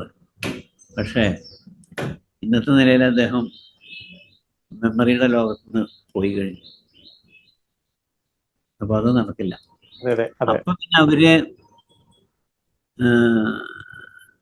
നമ്മുടെ OV വിജയൻ സാറിന്റെ പെങ്ങളുണ്ട്, സിസ്റ്റർ, പ്രൊഫസർ OV ഉഷ. നല്ല കവി എത്രയാണ്. പിന്നെ OV വിജയന്റെ രചനകളിലൊക്കെ വലിയ സ്വാധീനം ചെലുത്തിയിട്ടുള്ള സ്ത്രീയാണ്, പെങ്ങളാണ്. അപ്പൊ അവരെ എഴുതി തരാമെന്ന് പറഞ്ഞു. അപ്പൊ അടുത്ത ആഴ്ച ഈ സ്ക്രിപ്റ്റ് ഞാൻ കൊടുത്തു കഴിഞ്ഞാൽ ഡിസംബറിൻ്റെ ഉള്ളിൽ OV ഉഷയുടെ മാഡത്തിൻ്റെ കയ്യിൽ നിന്ന് കിട്ടി കഴിഞ്ഞാൽ ജനുവരിയിൽ റിലീസാവാം. അപ്പൊ തീർച്ചയായിട്ടും ഒരു ജനുവരിയിൽ പ്രതീക്ഷിക്കാം, അതിന്റെ ഒരു പബ്ലിഷിംഗ് നമുക്ക് പ്രതീക്ഷിക്കാം. ഞാൻ എന്തായാലും വിദ്യാ മാഡത്തിനോട് എന്തായാലും കമ്മ്യൂണിക്കേറ്റ് ചെയ്യും. അപ്പൊ നിങ്ങൾക്ക് കിട്ടില്ലോ. അല്ലെങ്കിൽ ഇന്നലെ എന്റെ വാട്സപ്പ് ഉണ്ട്, മകൻ സംസാരിക്കുന്നുണ്ട്. അതെ അതെ അതെ. എനിക്ക് ഈ പുസ്തകം ഇറങ്ങിക്കഴിഞ്ഞ് ഒരു ഇന്റർവ്യൂ വേണമെന്നുണ്ട് സാറിന്റെ ഈ പുസ്തകത്തെ പറ്റിയിട്ട് സംസാരിക്കാനായിട്ട്. അത് അപ്പോഴത്തെ സാറിന്റെ തിരക്ക് നോക്കി ചെയ്യാമെന്ന് വിചാരിക്കണം. ചെയ്യാൻ പറ്റും, കുഴപ്പമില്ല. അതെ അതെ. ഇപ്പൊ ഈ ഒരു എപ്പിസോഡ് ഇത്രയും സമയം നമ്മളിപ്പോ 2 മണിക്കൂറായിട്ട് സംസാരിക്കണം. ഇത്രയും സമയം പോയത് ഒട്ടും അറിഞ്ഞിട്ടില്ല. ഒരുപാട് കാര്യങ്ങൾ സംസാരിക്കുകയും അതിലൊരു നല്ല ഉപദേശങ്ങൾ ഉണ്ടാവുകയും ചെയ്തു. കവിതയുടെ താല്പര്യമുള്ളവരുണ്ടെങ്കിൽ അവർക്ക് വേണ്ടി ഒരു 4-5 കുറച്ച് വായിച്ചു തരാൻ വേണമെങ്കിൽ. തീർച്ചയായിട്ടും. അന്തിവെയിലിന്റെ വൻപ്രഭയേറ്റതാ ഗോപുരക്കുംഭം വിളങ്ങി നിൽപ്പൂ, പൂമരച്ചില്ലകൾ പൂക്കാവടി പോലെ തെന്നിളങ്കാറ്റത്ത് നൃത്തമാടി, ചുറ്റും പരന്നു കിടക്കുന്നു നെൽവയൽ പച്ചപ്പുതപ്പൂ പുതച്ച പോലെ, പച്ചപ്പുൽമേടുകൾ തേടിയലയുന്ന ആട്ടിൻപറ്റങ്ങളതാ നീങ്ങുന്നു. പൂക്കൈതത്തോട്ടിലെ ആറ്റുവെള്ളത്തിൽ ഞാൻ കൊച്ചു മത്സ്യങ്ങളെ വേട്ടയാടി. കണ്ടത്തിൽ കെട്ടിയ ഈരഴത്തോർത്തിന്റെ ഉള്ളിൽ പിടഞ്ഞവ സിദ്ധി കൂടി. ഇത്ര നൈമിഷികമാണല്ലോ ജീവിതം എന്നോർത്തു ഞാനേറെ ചിന്ത കൊണ്ടു. വർഷങ്ങളേറെ കഴിഞ്ഞുപോയെങ്കിലും ഇന്നതെനിക്കേറ്റ ശാപമായി. പെട്ടെന്നിണങ്ങി പിണങ്ങിക്കഴിയും നീ നല്ല ഭൂമിയും ബ്രഹ്മാണ്ടവും. മാനുഷ സ്പർശകളേറെയും ഇമ്മട്ടിൽ നമ്മൾ പഠിച്ചതാകാം. അങ്ങനെ കുറേയുണ്ട്. അപ്പൊ എനിക്ക് തോന്നുന്നു അക്ഷരക്രമം ഒക്കെ പാലിച്ചിട്ടുണ്ട്. അല്ലാണ്ട് ഇന്നത്തെ മോഡേൺ കവിത ഒന്നുമല്ല. മോഡേൺ കവിതയ്ക്ക് അക്ഷരക്രമമില്ല, ഗദ്യാണ് കവിത എഴുതുന്നത്. മീറ്റർ ഒന്നുമില്ല. ഇതൊക്കെ സിസ്റ്റമാറ്റിക് ഉള്ള കവിത തന്നെയാണ്. പക്ഷെ അതും ഈ പറഞ്ഞ മാതിരി ഉള്ളിന്നിങ്ങനെ വന്നു. ഇപ്പൊ ഞാൻ സാറിനോട് സംസാരിച്ചുകൊണ്ടിരിക്കണോണ്ട് പറയല്ല, അതിനൊരു ലാളിത്യം ഉണ്ട് ആ കവിതയ്ക്ക്. ഞാനത് സാർ അത് പാടുന്ന സമയത്ത് ഞാനതാണ് നോക്കിക്കൊണ്ടിരുന്നത്. ഞാൻ അങ്ങനെ കവിത വായിക്കുന്ന ആളതൊന്നും അല്ലെങ്കിൽ കൂടി തന്നെ സാധാരണക്കാരെ എനിക്കും ആസ്വദിക്കാൻ പറ്റുന്ന ഒരു ലാളിത്യം ആ കവിതയ്ക്ക് ഉണ്ട്. തീർച്ചയായിട്ടും അത്രയും ആർക്കും വായിക്കാവുന്ന രീതിയിലാണ് അത് ലാളിത്യം. സിഡ്നി ഓസ്ട്രേലിയ മലയാളികൾക്കായി ഇതിന്റെ ആദ്യത്തെ തീർച്ചയായിട്ടും ഇതിപ്പോ എല്ലായിടത്തു നിന്നുള്ള ആൾക്കാർ ഇതെല്ലാം കാണുന്നുണ്ട്. മലയാളികൾ ലോകത്തുള്ള എല്ലായിടത്തുള്ളവരും കാണുന്നുണ്ട്. അത് ആ കമന്റുകളിൽ നിന്നൊക്കെ നമുക്ക് മനസ്സിലാക്കാം. തീർച്ചയായിട്ടും. അപ്പൊ ഇത്രയും നേരം ഞങ്ങളുടെ കൂടെ ചെലവഴിച്ചതിന് സാറിന് വളരെയധികം നന്ദി. ഇനി വീണ്ടും സാറിന്റെ ബുക്ക് ഇറങ്ങി കഴിഞ്ഞാൽ നമുക്ക് വീണ്ടും ഒന്നുകൂടി സംസാരിക്കുമെന്ന് വിചാരിക്കുകയാണ്.